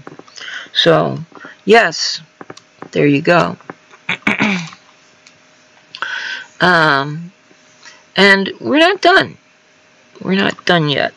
Because The next article that I have comes from LinkedIn, and it is, let's see here, if I can get this to open. Yeah. It was published on the 6th of February. It's by Hans-Jürgen Hodan, accountant and systems thinker. The secret about money that every citizen should know. Bernie Sanders and Alexandria Ocasio-Cortez's spending proposals can be financed, and without taxing the rich. If you wonder how, then read this story. It reveals the secret. Once upon a time, there was a country that discovered some amazing economic secrets, and it seems the country guarded those secrets zealously. The first thing it discovered was that it did not need to collect taxes when it wanted to spend. How could that be possible? Well, as a newly formed country, its government wanted to create its own independent money that, as a modern currency, would float freely on the markets. At the same time, the government decided to levy a 10% tax on the income of all its citizens. It was then that it discovered the first secret. No taxes could be collected until it had spent the currency into circulation. None of the citizens could pay taxes until they got their hands on the newly created money, so logically, government spending to put money into circulation had to come before tax collection and did not depend on it. In fact, the government asked itself, why collect taxes at all? Eventually it found a good reason to collect taxes, but that is a different story, and it did not change the fact that taxes were not needed to finance its spending. The government also came to realize that it didn't need to issue any bonds to borrow money. After all, it could create all the money it needed electronically. However, the most fabulous discovery that the government made was that it could afford to guarantee an excellent education for everybody, ensure health care coverage for everybody in the country, guarantee decent pensions for its senior citizens, finance the building of badly needed infrastructure, support private enterprise, and much, much more. Not all was well, some ministers said. They claimed that all this spending would cause inflation to raise its ugly head, and that inflation was more difficult to defeat than the fiercest dragon imaginable. It was then that the country discovered another secret. The government discovered that provided the companies in the country had the capacity to meet the extra demand created, and there were people still unemployed, inflation did not arise, and that the fear of inflation was completely groundless. Now, you would probably say that in the real world, a fairy tale country with a magic currency like that could not possibly exist, and that is the most amazing part of this story. Modern monetary theory, a well-researched economic theory, has demonstrated that this magic currency exists. It's called fiat currency, and many modern countries have it. For example, countries like the United States, the United Kingdom, Australia, or Japan. Unfortunately, that does not apply to countries within the European Monetary Union, or EMU, because they have given up their fiat currency for the euro, and only the European Central Bank now has the capacity to create fiat money. You are probably also surprised to learn that the countries that have their own freely floating and independent fiat currency are in the very same position as our fairyland country and could act in the same beneficial manner. But unfortunately, the political leaders of those countries do not appear to know it. Many governments, blinded by neoliberal ideology and not aware of the possibilities of fiat money, are subjecting their citizens to the harmful and misguided effects of austerity measures. Isn't it time they knew and used the secrets of this story? And there's a note here. Governments introduce money into the private sector by spending, for example, paying unemployment benefit or constructing roads. And it concludes, for information about modern monetary theory, look at the Gower Institute for Look at the Gower Initiative for Modern Monetary Studies, or simply Google Modern Monetary Theory MMT. You can also check out the Real Progressives page or the Real Progressives group on Facebook, or the Modern Monetary Theory for Real Progressives group on Facebook. You can check out our podcast at Macro and Cheese. There are a number of resources you can check. Bilbo blog, that's Bill Mitchell's blog, Professor Mitchell. There's certainly a number of working papers published by the Levy Economics Institute at Bard College. There's Warren Mosler's blog. There are all kinds of resources you can check. So it's apparently I've got 8 notifications over on Discord. I'll check if anyone happens to be here in the chat who's been sending me messages. I will look at those in a bit. Let's see. So I have so the next thing I wanted to talk about, the next topic I'm going to get to, let's see, how long have I been going now? An hour and 45 minutes. Okay, I've got about 15 more minutes for a normal show, and then I do have some more material I'd like to cover tomorrow, or if I don't do it tomorrow, I'll probably do it on Sunday. So I do have, like, let's see, how many more articles do I have to go through? There's just one more topic here, and I've only got 3 articles picked out for tonight. So I should be able to cover these in in just a few moments here. The first one is from Newsweek, and it is this one is why aren't you opening? Open. There we go. Okay. So this comes from Newsweek. It was published on the 5th of February 2019. It is by Andrew Whalen. Medicare for All costs too much, Pelosi advisor assures health insurance executives in a secret meeting. So Medicare for All costs too much is what this advisor to Nancy Pelosi assured health insurance executives in a secret meeting. It's not that Medicare for All costs too much at all. It's what this person said. In fact, Medicare for All would be a savings. And again, with modern monetary theory, with the fact that we have this non-convertible free-floating fiat sovereign currency issued by the federal government, we can afford it easily, and we can do it without increasing taxes on anybody. But let me start this article. A top aide to Democratic leader and Speaker of the House Nancy Pelosi rebuffed a single-payer Medicare for All approach to health care reform to insurance company execs. A slide presentation leaked to The Intercept revealed Wendell Primus, Pelosi's senior health policy and budget advisor,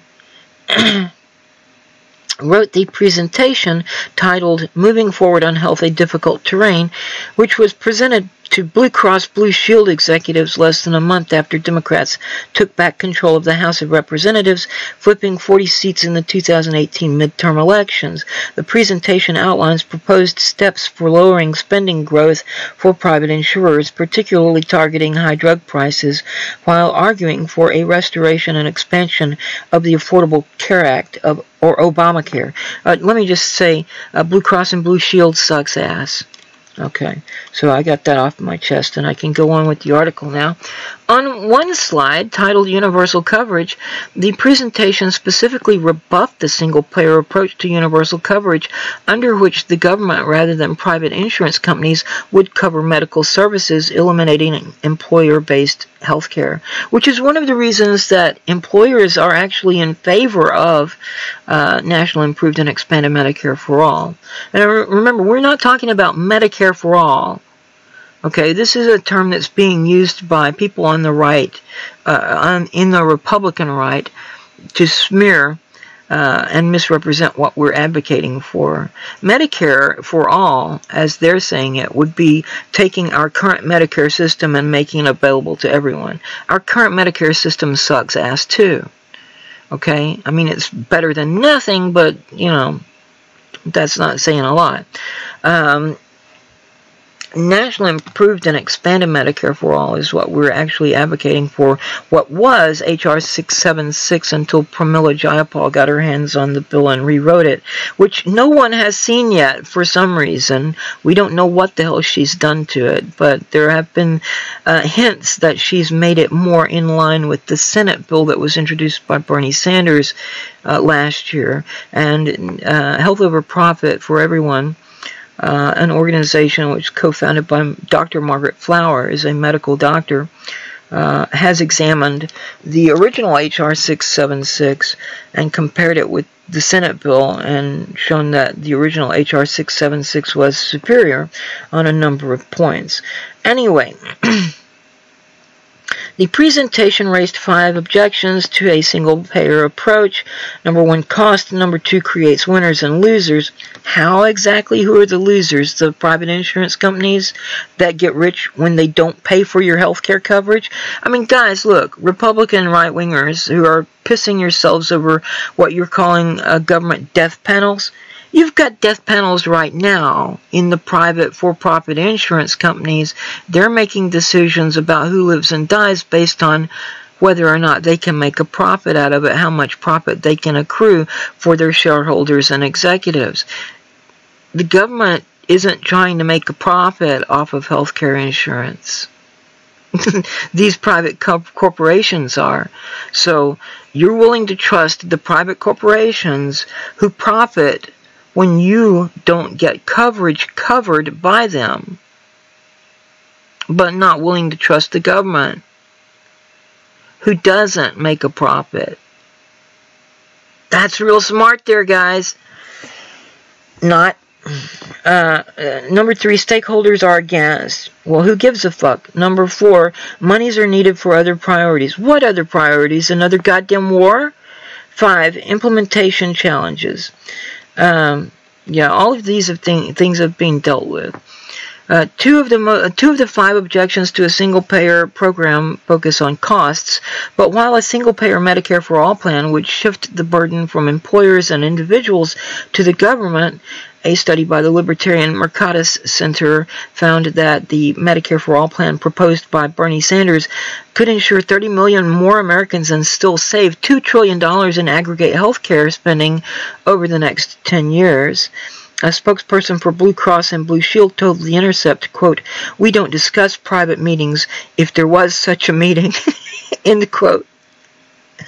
Pelosi spokesperson Henry Connolly told The Intercept, quote, "We're not going to barter lower prescription drug costs for inaction in the rest of the healthcare industry."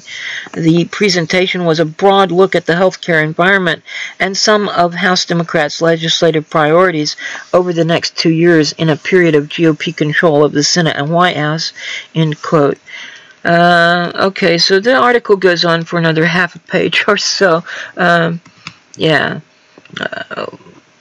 We already know Nancy Pelosi's attitude towards Medicare for all.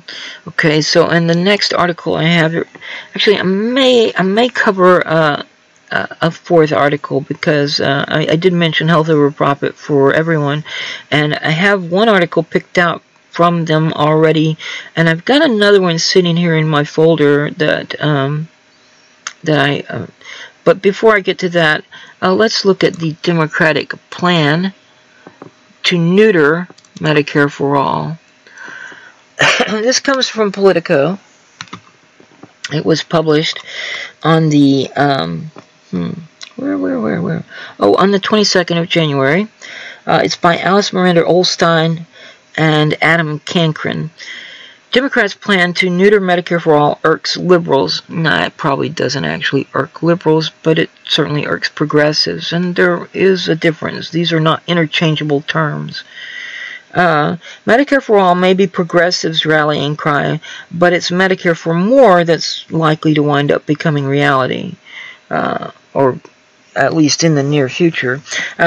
Several likely 2020 Democratic presidential candidates are pushing plans for something short of universal health care, a move already creating friction within the party's empowered left wing, which has panned any attempt to water down the progressive dream of a single-payer system.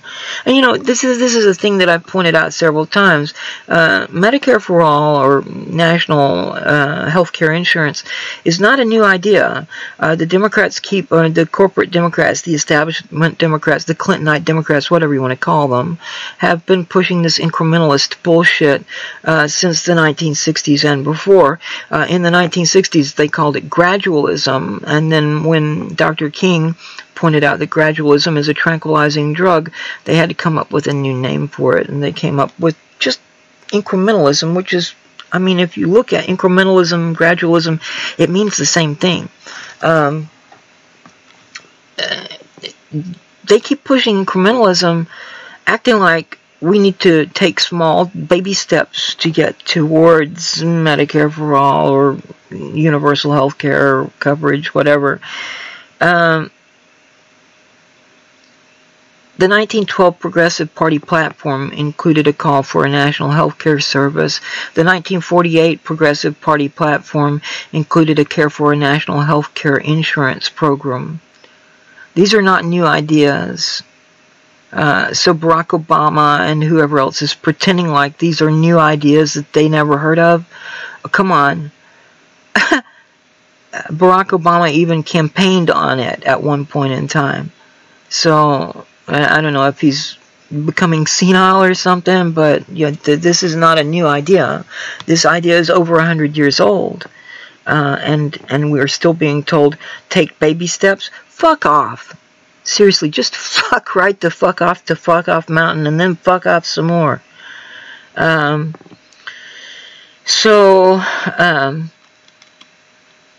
One idea gaining support is allowing some demographic groups to buy into Medicare earlier than age 65 while still incrementally building on Obamacare coverage gains. Senator Sherrod Brown, Democrat of Ohio, said, quote, "It's easy to say Medicare for all and make a good speech, but see no action," end quote. He's a potential 2020 candidate whose own bill would give retiring police and firefighters access to Medicare before 65. Quote, "I want to see action," end quote. It's a pathway Brown and many in the party establishment have gravitated toward in recent months, one that balances the desire to make a Trump-era lurch leftward with memories of the political blowback Democrats endured for a decade after their last revamp of the nation's health system. You know, I mean, yeah, we've got Republicans in control of the Senate and the White House, but, you know, Nixon didn't establish the EPA because he was a great environmentalist. He did it because of public pressure. And there were other things that Nixon did, not because he, you know, was a good person, not out of the compassion of his shriveled little black heart, but because of public pressure and public outrage. I mean, the public can make a difference, but we need to have people in office who are willing to fight for us instead of just bending over and taking it from the corporations, or more accurately, pimping us out to the corporations. Yeah. Because, I mean, they're the ones that are getting the kickbacks from the corporations while we are the ones who are getting screwed. So it's not really accurate to refer to them as whores. We're the prostitutes who are being prostituted by these pimps in the two parties, to the corporate Johns. If that's a little graphic for you, I'm sorry, but it's the most accurate way to describe things. So the Democrats, with their eyes on 2020, have introduced at least 8 plans for expanding health coverage beyond Obamacare's gains. And again, this is another thing that we need to point out. Republicans are constantly yelling about socialized medicine. We're not talking about socialized medicine. Doctors and nurses are going to be paid under National Improved Medicare for All National Improved and Expanded Medicare for All. This is not socialized medicine. That would be a totally different thing. This is nationalized healthcare insurance. And it has to be nationalized because that makes one pool. You're already paying into a pool. You're already paying for other people's insurance coverage. That's what the whole point of an insurance pool is. You pay in to a pool out of which coverage costs are supposed to come, and when the insurance company can not figure out a way to get out of paying out, right?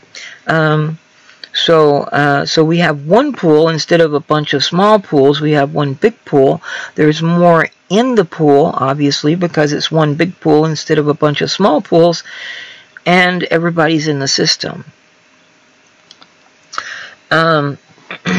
Anyway, the Democrats, with their eyes on 2020, have introduced at least 8 plans for expanding health coverage beyond Obamacare's gains. And I'm not really sure what gains we're talking about, except for, you know, pre-existing conditions. I mean, there may be a few more people insured now than there were before Obamacare, but there are still a shitload of people who aren't insured, too. These plans range from modest Medicare reforms to more ambitious restructurings that would extend government-run care to millions of new patients, an array of options that fall short of campaign trail promises for full Medicare for all. That spectrum includes Senator Debbie Stabenow, a Democrat of Michigan's bill for allowing patients to buy into Medicare starting at age 55, and Tim Kaine, Democrat from Virginia, and Michael Bennet, Democrat from Colorado's plan to create a Medicare-style public option to compete with private insurers on up to bigger revamps, like Senators Jeff Merkley, Democrat of Oregon, and Chris Murphy, Democrat of Connecticut's expansion Medicare eligibility to nearly all Americans. Senator Brian Schatz, Democrat from Hawaii, would let everyone purchase Medicaid. Those options have been characterized by supporters as more practical alternatives to the completely government-run system popularized by Senator Bernie Sanders, Independent of Vermont, and Representative Pramila Jayapal, Democrat of Washington. The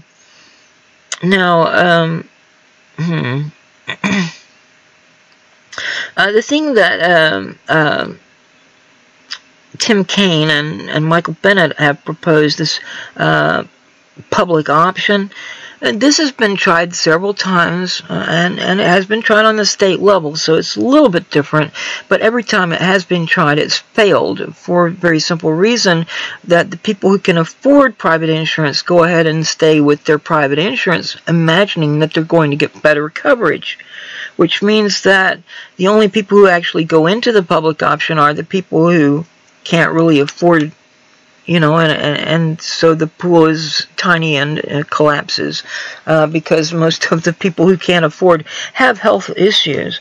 Anyway,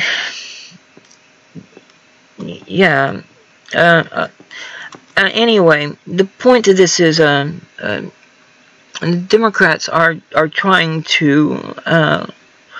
I'm not going to come down on Merkley. Because Merk Man is a good man, but he's falling short on this. We don't need this incremental approach. We need to do something now because people are suffering, and there's no excuse for it when we have a fiat currency that we can cover everyone, and it's not going to send us into spiraling hyperinflation. I mean, there are a number of issues involved in hyperinflation, and all these cases that people bring up, like Venezuela, like Zimbabwe, like the Weimar Republic of Germany, there were a number of other things going on. Again, if you want to check out my video on presentation on MMT to the Lavender Caucus, you'll hear me talk about the Weimar Republic a bit, and there are a number of references in the blog post that's attached in the video description. Certainly I can give you a full explanation of what happened in Venezuela and Zimbabwe from professors of economics. I can provide you with some memes from from Real Progressives that will explain in detail the difference between the myths that are used to claim that printing money and deficit spending caused hyperinflation, and the reality of what actually caused the hyperinflation. So this article goes on for another, oh goodness, 3 pages or so. I'm not going to read any more of it because I would like to only do about a 2-hour show, and I think I'm already a little over 2 hours at this point.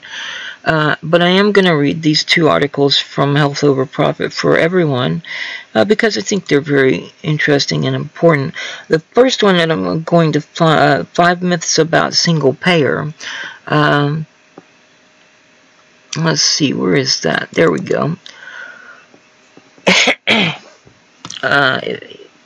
And this comes from Health Over Profit.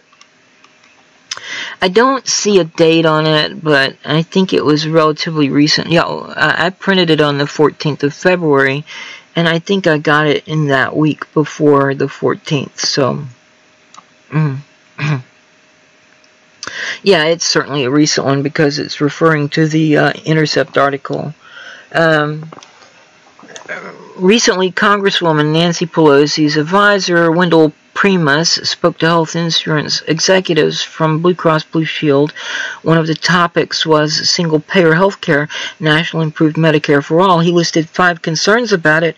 Here are responses to those concerns in case you hear them. Number 1, cost. Single-payer health care is proven to cost less than the current healthcare system, and to slow the rate of increase in healthcare spending.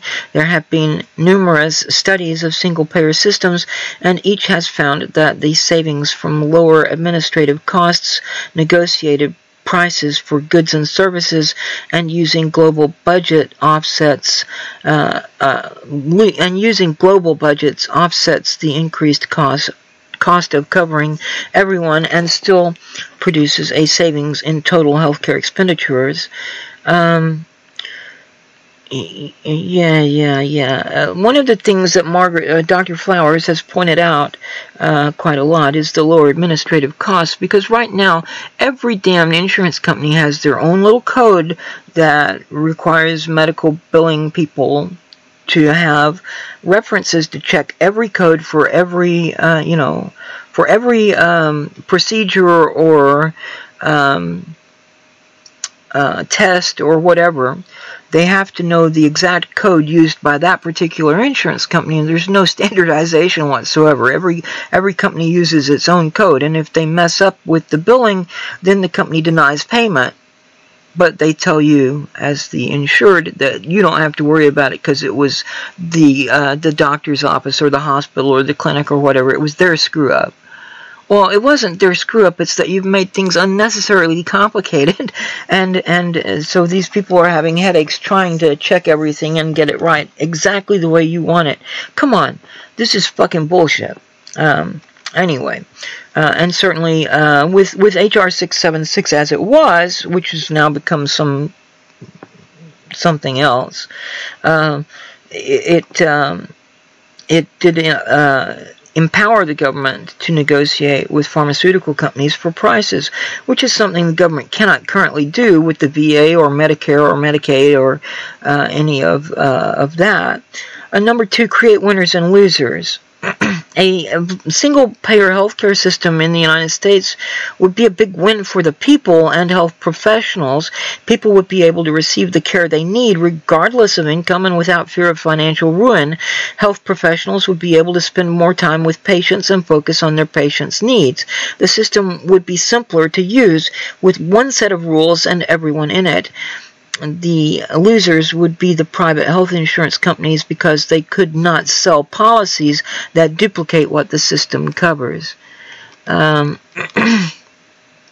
3, stakeholders are against. This depends on who are considered to be the stakeholders. A majority of the public supports single payer, especially among Democratic and independent voters. But more Republicans are supporting it too. A majority of nurses, physicians, and hospital administrators support single-payer too. See this recent poll by Medscape, and so there's a link. So again, the article will be made available to you. You may want to check back here sometime tomorrow to find the links, either in the video description or a link in the video description to a blog post where they will be provided. Number 4, monies are needed for other priorities. Healthcare is a fundamental need. The United States has poor health outcomes and a declining life expectancy. Healthcare is the #1 concern of voters. This should be a high priority. That said, a single-payer healthcare system costs less than the current healthcare system, and it will stimulate the economy from the bottom up as people save money on healthcare, no longer experience bankruptcy, or become homeless due to medical illness, and are freed to start their own business without fear of losing healthcare coverage. 5. Implementation challenges. A single-payer healthcare system will be easier to implement than the Affordable Care Act was. We already have a national payment structure through Medicare. Everyone is enrolled automatically. The benefits will be universal, and there will be one billing system. Other countries have made the switch, and we did it in the United States in 1965 for the elderly by creating Medicare from scratch without computers. So that's the end of the article. It doesn't say who wrote it, but it sounds a lot like something Dr. Margaret Flowers would have written. It sounds a lot like the things that I've heard her say. I know Margaret. She's good. She's good people. And there's one more article I want to have a look at that also comes from Health Over Profit. That is, let's see. Where is it? I don't remember what this one was called. Where is it? Where is it? Where is it? Let's see. Oh, yes. Here we go. This one is also from Health Over Profit for Everyone. And again, I don't see a date. Oh, this one is published on the 13th of February, so very recent.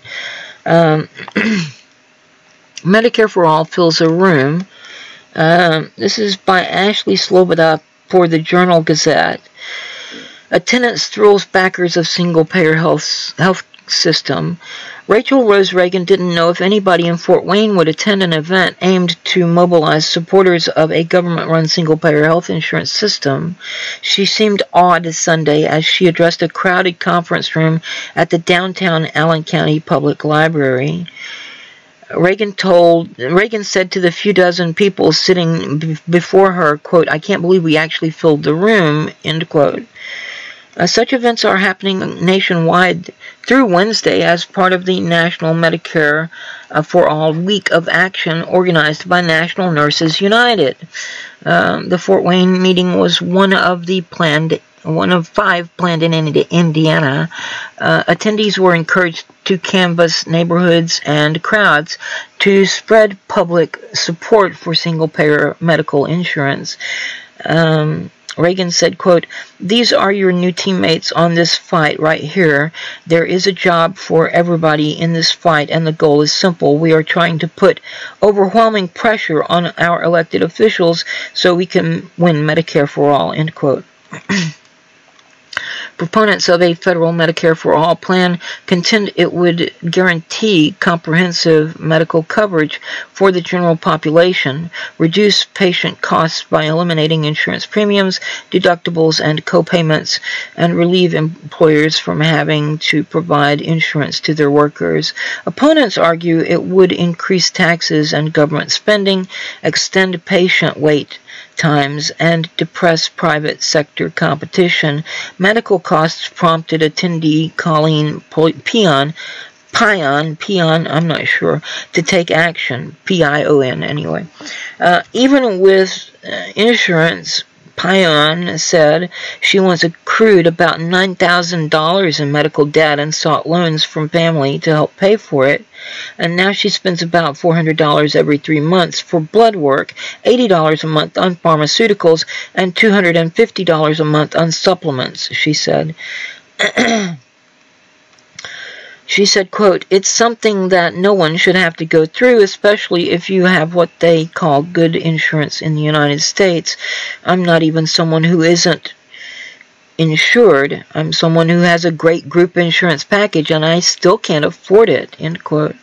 Elaine Fazaro, a required registered nurse involved with Hoosiers for a common sense health plan, described her family's battles with insurance companies.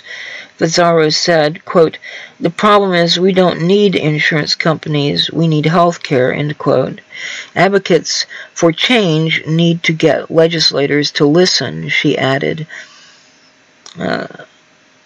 Fazaro said, quote, "They're going to have to hear massive unrest from the masses, and that starts with us. We're all going to have to get out there and raise hell, sharpen your pitchforks, light your torches, and onward. Every interaction makes a difference," end quote. So, there is that article.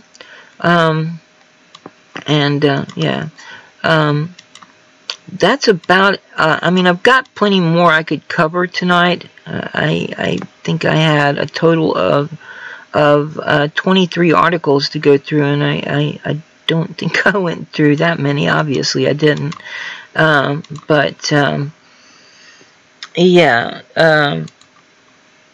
There's more I can cover tonight, but I've been going for over 2 hours now, and if I keep going, my voice is going to freak out on me.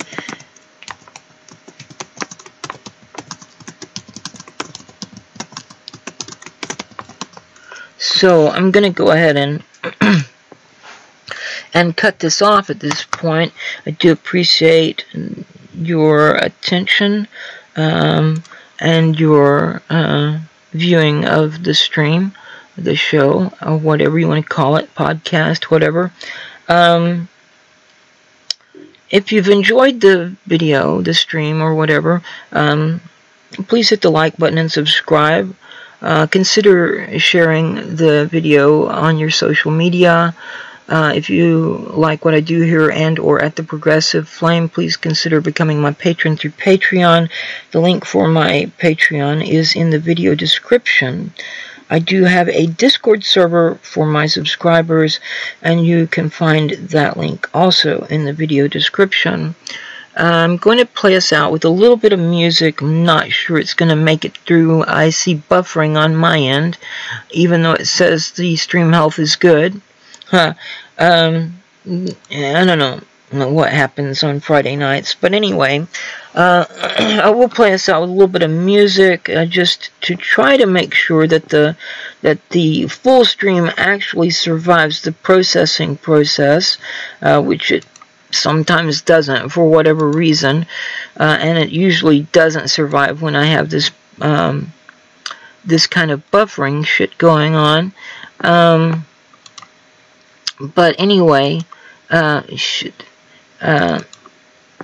I don't know what the hell's going on now. Let me see if I can get into where I'm trying to get to